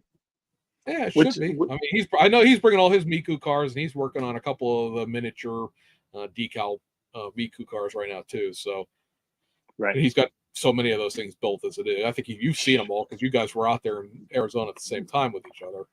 right. Yeah, he's the one that turned me on to him. To be honest with you, I saw his collection of them, and it's like, wow, I got to build all of these. And then we went on the big shopping spree, bought all those kits. I say, and as far as the question you asked before goes, I have 12 of the 12. Fujimi based kits, and then Okay. I I have all the All the decal sheets at this decals. point. And say Yeah. I just got in all of the existing old ones, the 2012, 2013, 2015 ones, the sheets that miniature dids on that Zoom on order that I did. So I am Right. I'm stocked up. I'm waiting on these Z4s, and then I will have everything I need to. Oh, I he say, says another yeah, Windman you commented, get we have another the Red month. Bull car. Yeah, the Red Bull Yes. livery for that Z4. I know it's there, Winman. I know it's there. It's just And not a then real the race. 2024 is coming out too. So Yeah, that's February 7th, I think, or 11th. let's say Miku is what a knight or something like that. Yeah. Clear backlog There, plan. Yeah, I wish I could clear my backlog or had a clear plan. Either one of those two things would be completely make it quickly. I'd love to. I'd love to just it's one of those. We got a whole. We got on the when we do this as an audio podcast. This could be a whole main topic of you know wanting to do something but not. Right. yeah, I've cleaned up the rear suspension components of the Civic a month and a half ago, and they've been sitting right off camera behind the camera tripod for that entire time. Now, all I need to do is take this sheet that I have as a cover for my spray booth off and be done because right. it's 5 pieces. But like, I gotta clean the airbrush, and I Spencer gotta says, "Yay, Civic." yay Civic, yes, yay Civic. But ah, And Don likes the Z4. I am of the. Oh, hey Don, cool. Don Schmitz is in my IPMS chapter here in Pittsburgh. He's actually the guy who's behind it's called being called the Tiger Meet. Now Tiger Meet's a NATO thing of airplanes, but it's the display only section that we're going to be doing at Madison for the IPMS Nationals. So at the IPMS Nationals, it's going to be at Monona Terrace, which is in downtown Madison, right on the lakefront. It's a sort of a 3-tiered birthday cake kind of building, designed by Frank Lloyd Wright. Very cool, very Huh. historic building. And the bottom level is going to be 37,000 square feet of vendor space, which is going to be like 400 tables based on what they said the last time that they talked about it. There's a mezzanine level sort of in between that's sort of like half a floor. It's 5,500 square feet of space, and that'll be where John and I and everybody else who's doing a display only, not entering the contest. It's just display only. So if you're watching this, I'm going to do a video about it, and I'm going to put it on MCM and stuff like that eventually. You could be any kit. It's not a group build. It's not a thing like, oh, it has to be a brand new kit, and you have to finish it by July 17th because that's the first day the show starts. It could be anything you have that's already built. So, again, we're bringing stuff that we've already done. Anybody can, if you're not an IPMS member, technically speaking, you can just pay your day pass, which I think is $15 or $20, and put it on the table for the day. You don't have to come for all 4 days or anything like that. It's the only time the IPMS has really allowed people to participate in the show without being an IPMS member and registering and all that. It's like when you consider registering for the show and being an IPMS member, that's like $90 for the year, basically. So sneaking in for $20 just to display is something if you're interested. But and then above that is the top floor, or in the next, well, there's a mezzanine. There's technically a terrace, but there's going to be another 35,000 square feet of display space for the contest. This year, I think it's being split into 2 rooms, and they're sort of right now going through the 500 some odd categories, and IPMS Nationals has to try not to have categories that split across the hall, so you don't have airplanes here that suddenly disappear off across the hall. So I understand it's like airplanes, cars, and dioramas and stuff are in one room, and then tanks and ships and sci-fi are going to be in the other room, I guess. But a I've lot got of to planing. attend one of those. Yeah, they'll be in Virginia Beach next year or Hampton. Oh God, people don't shoot me. It's the wrong side of the river, I know, but because Hampton's on this side, there's a river, and then Virginia Beach is on the other side. But yeah, that's so. It was in Columbus not too long ago. Maybe it'll come back to Ohio in 26. We'll see who bids on it, but that's something like I've gone to for the last. This be, I guess it's technically the 4th year I've gone. Last year I judged Oh, really? Okay. cars, so it'll be entertaining. If you're it's in Wisconsin, July 17th to the 20th. So if you're in Chicago, Wisconsin, Minneapolis, because Weber's up there in Minneapolis now, so he's coming across. So if you're in the upper Midwest, it's a 4-day show. You don't have to go all 4 days, but it's a 4-day show. And yeah, that's me blathering again. Outro model contest stuff prior to us going, because the other discussion point I wanted to have, because you just did this, is the Dodge Demon, the 1971 Dodge Demon by MPC. You just white glued this thing together. Right. So Mr. Tester, being the person on this call that has actually seen this thing in person, because my Walmart to this point still does not have any, and John hasn't gotten any either. What do we think of this new old tool demon? I like it. I showed in my video that I built one ages and ages ago, but yeah, I'm going to build this one box stock.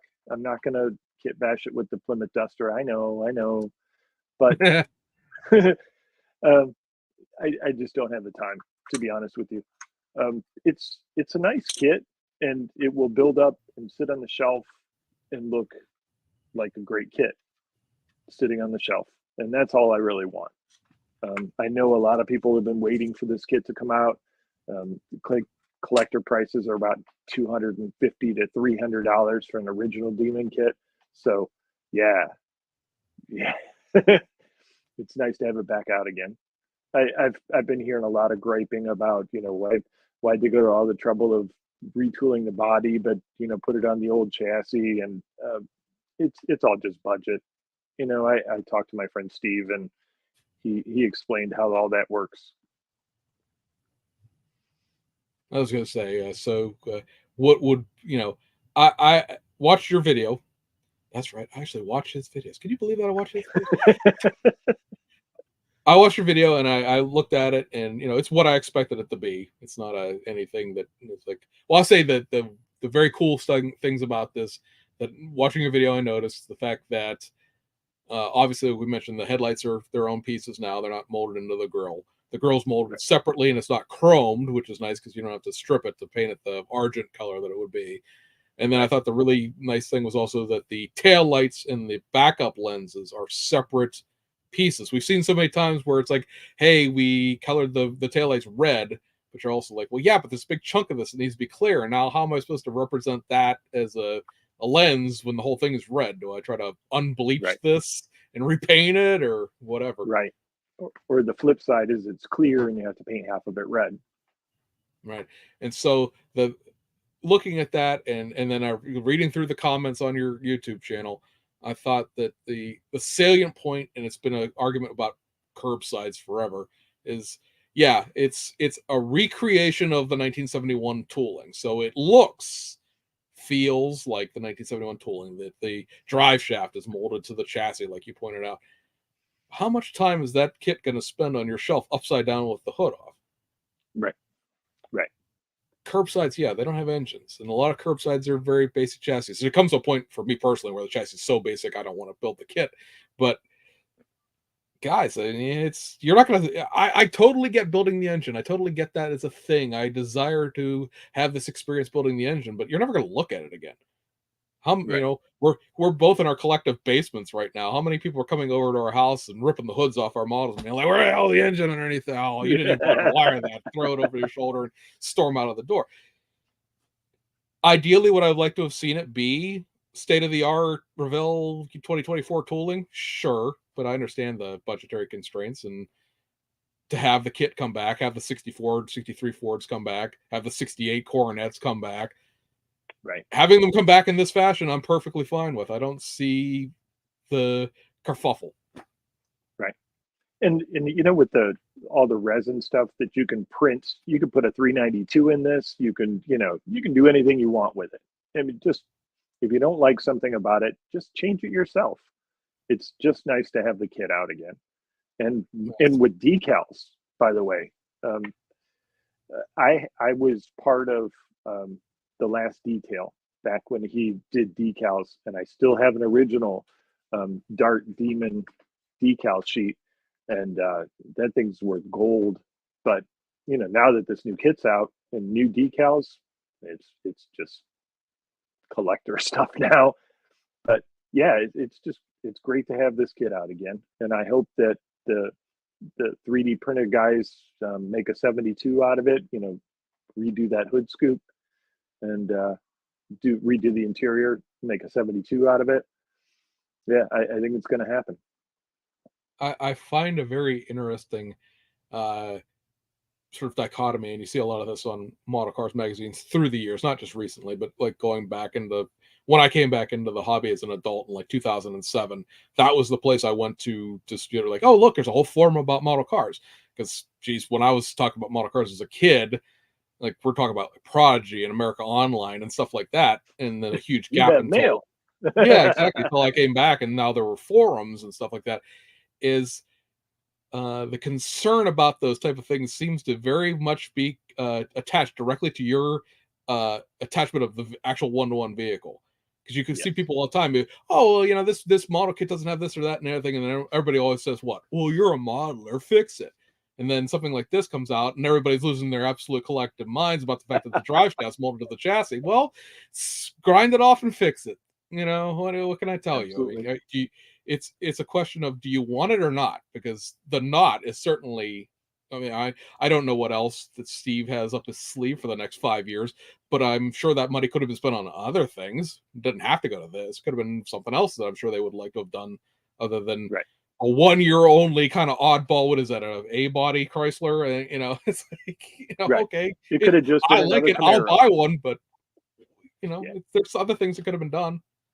Could have been another Corvette, or another Camaro, or another Oh, a 32 Mustang, Ford. We don't have enough of those. or another 32 Ford. Right. Oh, a 57 Chevy. It's a very interesting mindset, I think, within car modeling that exists. And this could be a whole nother talking point for an audio podcast, is the fact that, like, when you look at IPMS, there are constantly, every 2-3 years, a revision of something that exists, right? There's a new P51, and maybe it'll be in a different scale than the last new P51. Oh, P51, new German armor of some sort with some unpronounceable name splashed across the box art, and all those things. And those guys expect to constantly have their tooling updated. They expect every 5 years that somebody else is going to take another crack at a Panzer II tank, and it's going to be better than the last one was. And I was looking at stuff when I was putting stuff up for auction this weekend. When you think about 57 Chevy, a venerable American car, if ever there was one, the thing that gets listed every single time something comes out, and somebody goes, well, at least it wasn't another 57 Chevy.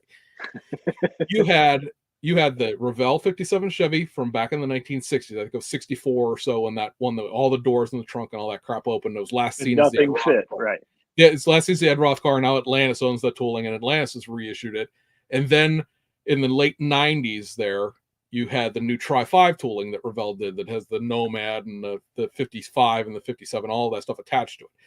It was something like 30 years gap between when you had that original Revell kit and when that Revell monogram Tri 5 came out. I don't think the 57 Coupe came out really later in that run. It was one of the Right. last things that came out. And then you look at AMT. AMT has that old 57 Chevy. It's the Pepper Shaker, the most recent reissue of it, where, again, it's a kit from the 1960s. And then again, in the early 1990s or so, they retooled that new 57 Chevy that has the opening trunk and Pro Model Series, and had I think one of those had a P grill insert with it and all that stuff. And Yeah. it got reissued in those auto culture box arts that came with all the like 60s literature and stuff like that. But again, that's another 30-year gap between when the original 60s tooling and the original 90s tooling came out. I don't necessarily understand the mindset behind it exists, so we don't need a new one. Right. Right. Yeah, could this have been taken when the original? I think the thing people are so mad about the 71 Demon is the fact that when they originally announced it, they said, we're going to take the 75 Dart, backdate it to 1971, and then we're going to merge it into the new tool Duster. And that was such an expensive proposition that they canceled the project entirely until Right. this 3D scanning cloning of the original tooling came back around, and now it's something venerable. I don't necessarily know the 71 Demon is something that would have justified the $200,000 investment in the new tool unless you could engineer it into a way to make all those other things that you were just talking about out of. But No, at the same actually, time, talking with Steve, all the Mueller era kits, those are not in digital format, so right, they just can't take this piece and this piece and this piece, throw it into the same files with this kit, and have, ta-da, here's your Demon with all of the Duster parts, because the Duster parts aren't in digital format, so they're in hard format. so we saw that with the 70 Camaro when they tried to make the split Oh, right. bumper into the full bumper, and then it turned out that new tool split bumper Camaro wasn't equidistant on the front end. One fender was longer than the other, so when you 3D scanned in the real Right. part, oh crap, it didn't fit at all, and that was a whole bunch of beating on it to finesse it into fitting the old 90s kit. Right. I think we're behind in comments here a little bit. We are. Yeah.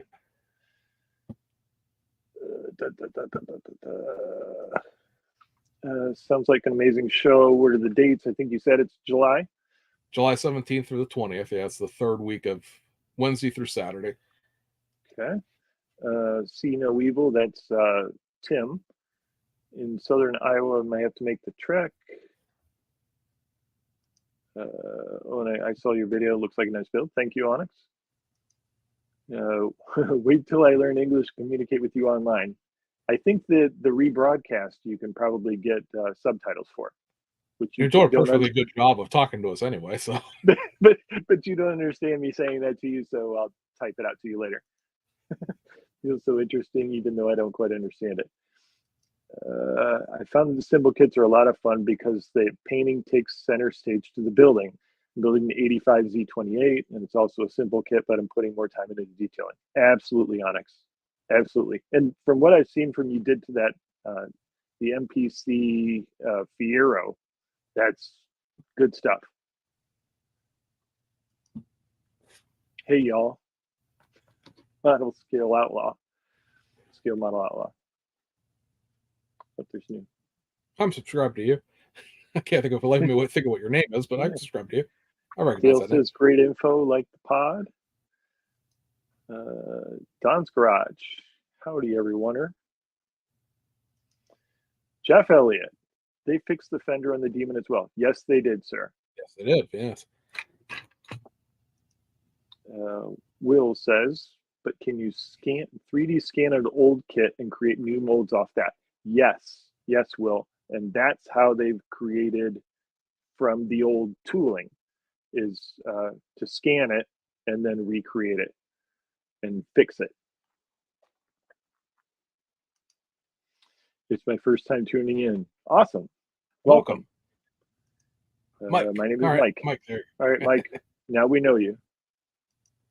I'm James, by the way. It's nice, but I hate James, my brother James. That's nice, but I hate painting. Oh man. Paul, what exactly is it that you hate painting? Yeah, we've been blathering on here about so many things. Right. All right. Wait a minute. Onyx says, if you like the Fiero, wait till you see the 64 GTO I'm working on. I let my wife pick the colors, and oh boy. All right. So I'll see that at East, right? Great. Now I'll get the new one. Rock on. Yep. I follow y'all. I follow both y'all. Great stuff on your channels. Thank you. Thank you, Mike. And Don, this is my first time viewing too. Welcome, Don. So before we get off this, hold that up and with what you're talking about, the fender. Jeff. Oh, you mean me to hold it up? Yeah. So you can talk about what's with the front fender he's talking about being wrong and what they did to fix it. So here, it's a sweep instead of straight down. They did fix it. Yeah, so that was part of the original one. Did not have the correct front fender shape, and that has been addressed in this reissue. Right. So that's again another nice little piece done for them. Right. All right, so as we go out the door here, because we've been on for almost 2 hours, which is what I said it would be when I said 2 hours. So we're good. It's going to be upcoming model shows. So far stuff I know about.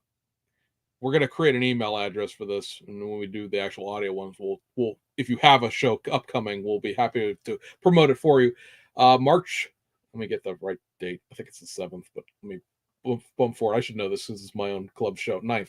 March 9th will be the Three Rivers IPMS show, known as Tricon.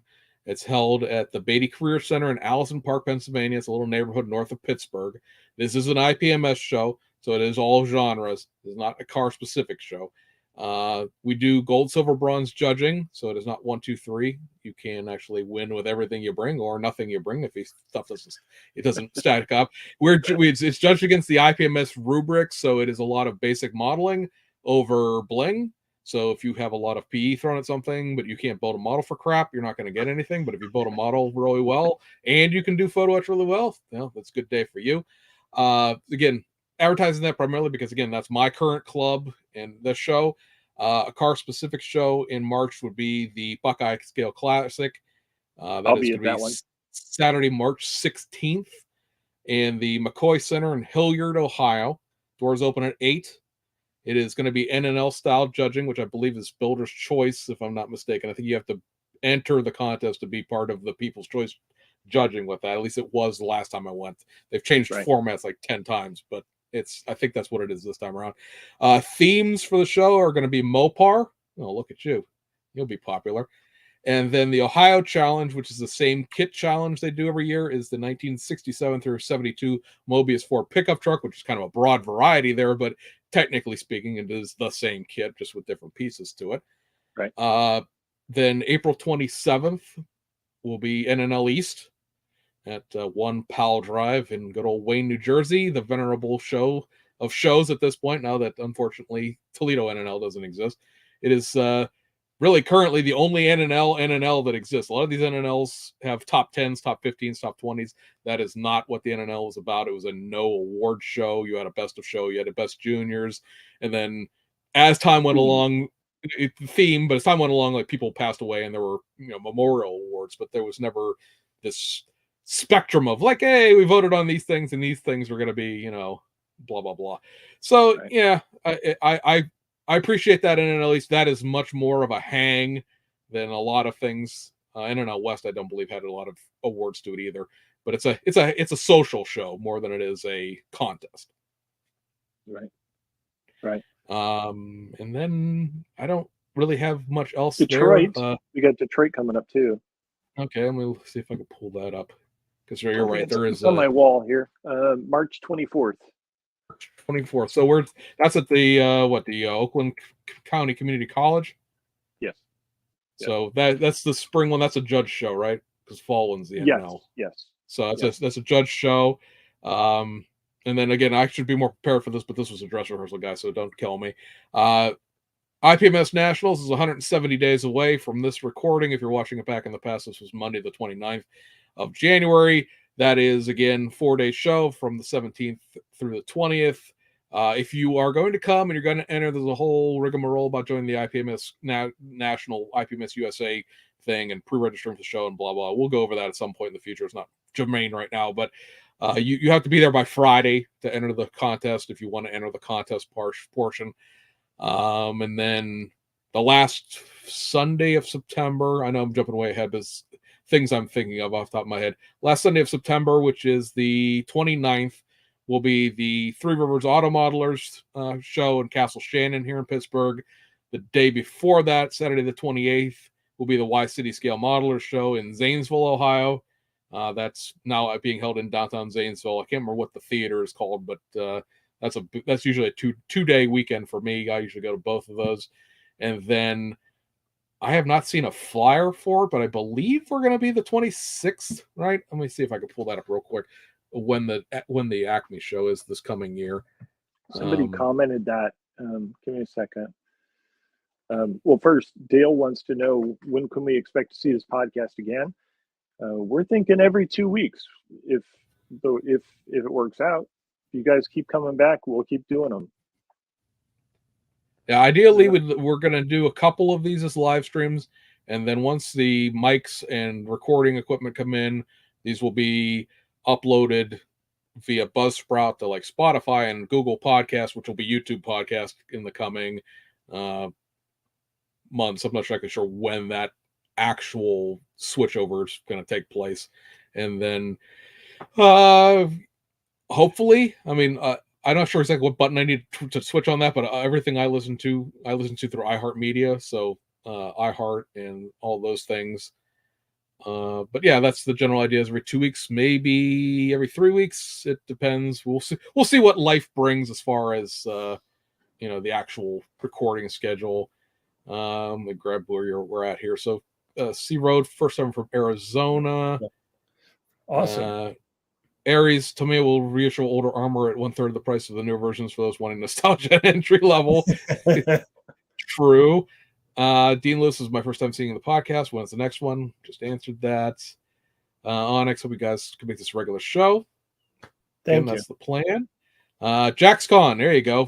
For the Florida guys down south, JaxCon, I believe that's a day and a half show because technically it's part of Friday and all day Saturday.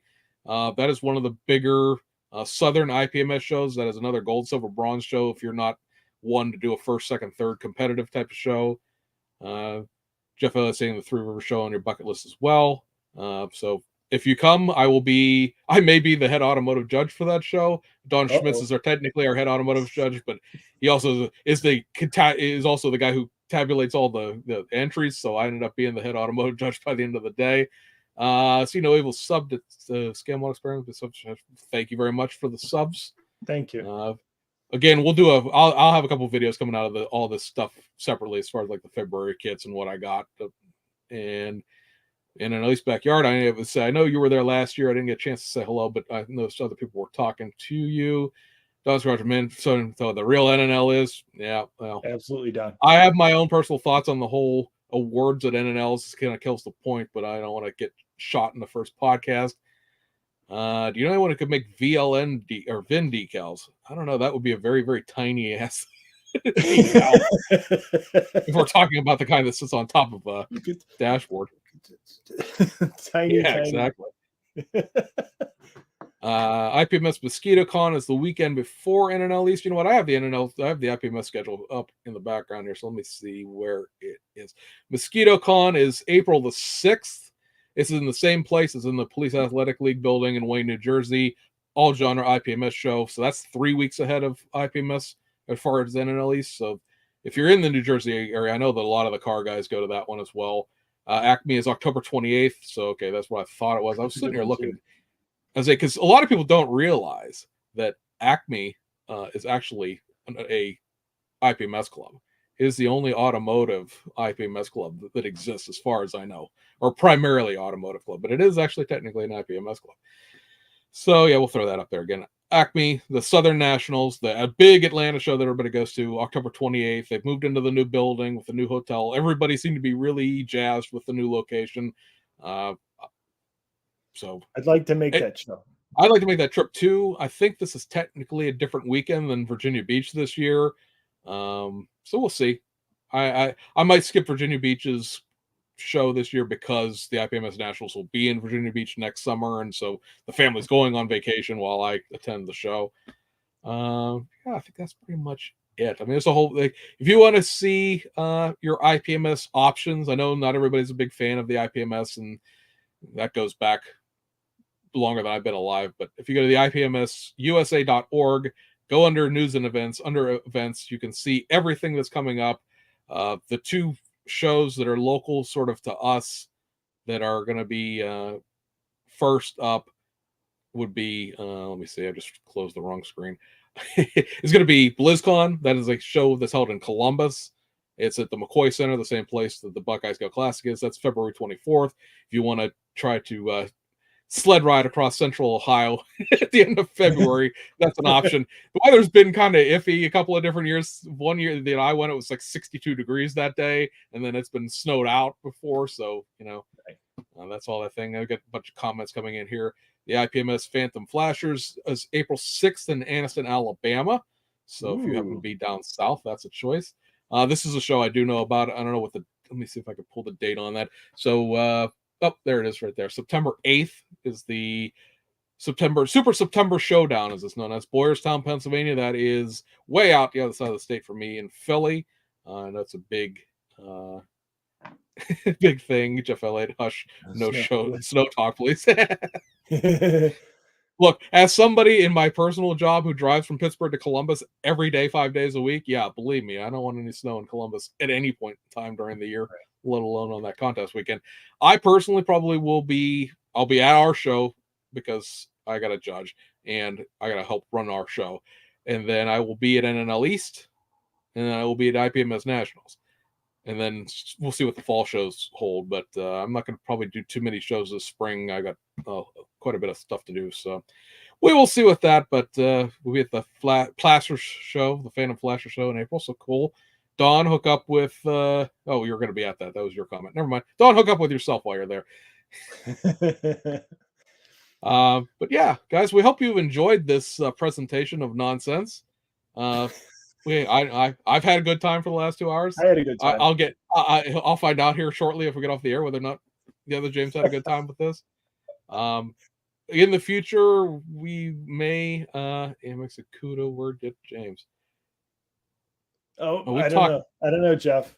I don't know. I'll talk to the other Jeff, and we'll see.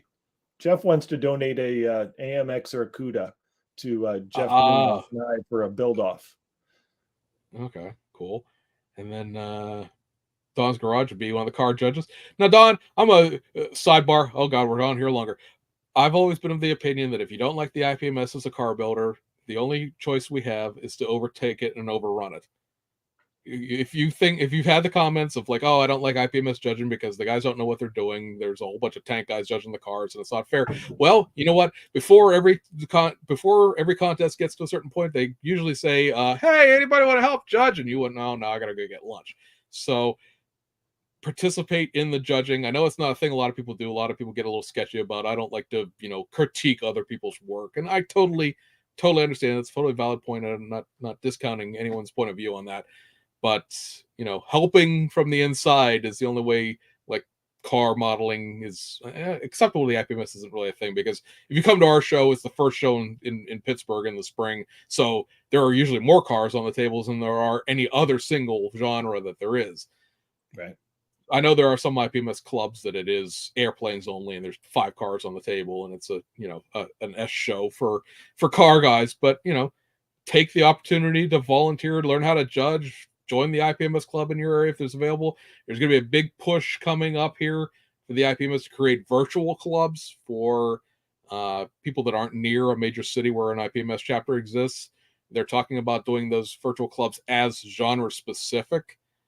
So if there's going to be an IPMS virtual car club, it might be something you consider entertaining, attending a meeting. I'm assuming there'll be Zoom or something like that. So, Jeff here, thank you very much. Great show. Appreciate it, Jeff. And guys, we should be back in 2 weeks. That would be that'll be the 12th of February. We'll see make sure our schedules all align with that. And Jeff here saying you can learn a lot from both types of clubs. Don saying you have to get involved to change IPMS. Exactly. And personally, again, we're going to blather on. Personally, I believe that you can always learn stuff from other genres of modelers. If you want to learn how to weather something, you want to build a rat rod, you want to build a garage find, you want to go talk to your tank guys. Your tank guys know how to weather things that look like they've been sitting in the mud for 9 years.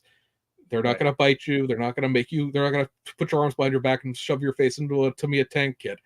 Tank guys especially are super helpful. Go listen to Plastic Posse podcast if you want to get.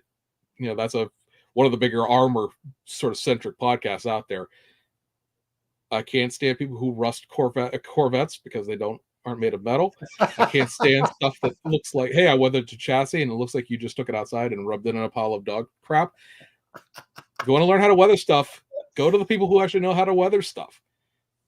They're out there, they're friendly. You can learn stuff from other genres of modelers. If you ever want to have a really fun conversation, grab somebody who's built something that looks like it's real, and then listen to them complain about how they can't paint shiny things, and you'll feel better on your way home from that meeting. Because every single IPMS guy, well, not every single, that's ridiculous, but every single IPMS guy I run into always like, damn, that bottle's shiny. I don't know how you do that. And I'm looking at something that's covered in 1/35th scale leaves and going, what do you mean you can't paint shiny? You can do this. Right.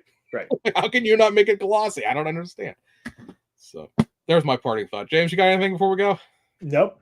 Thank you, James. All right, guys. We appreciate your watching. Watch back. This will stay up on both our YouTube channels unless James deletes it out of embarrassment. And yep, Onyx, every different kind of genre, science and sci-fi, anime. It's great. It's great to go to if you appreciate everything. If you're not narrow-minded and you only build gassers and dragsters, it's fun to just hang out. So with that insult, we'll get off here, guys. We appreciate the viewership, and we'll see you guys on the other side. Good night, guys.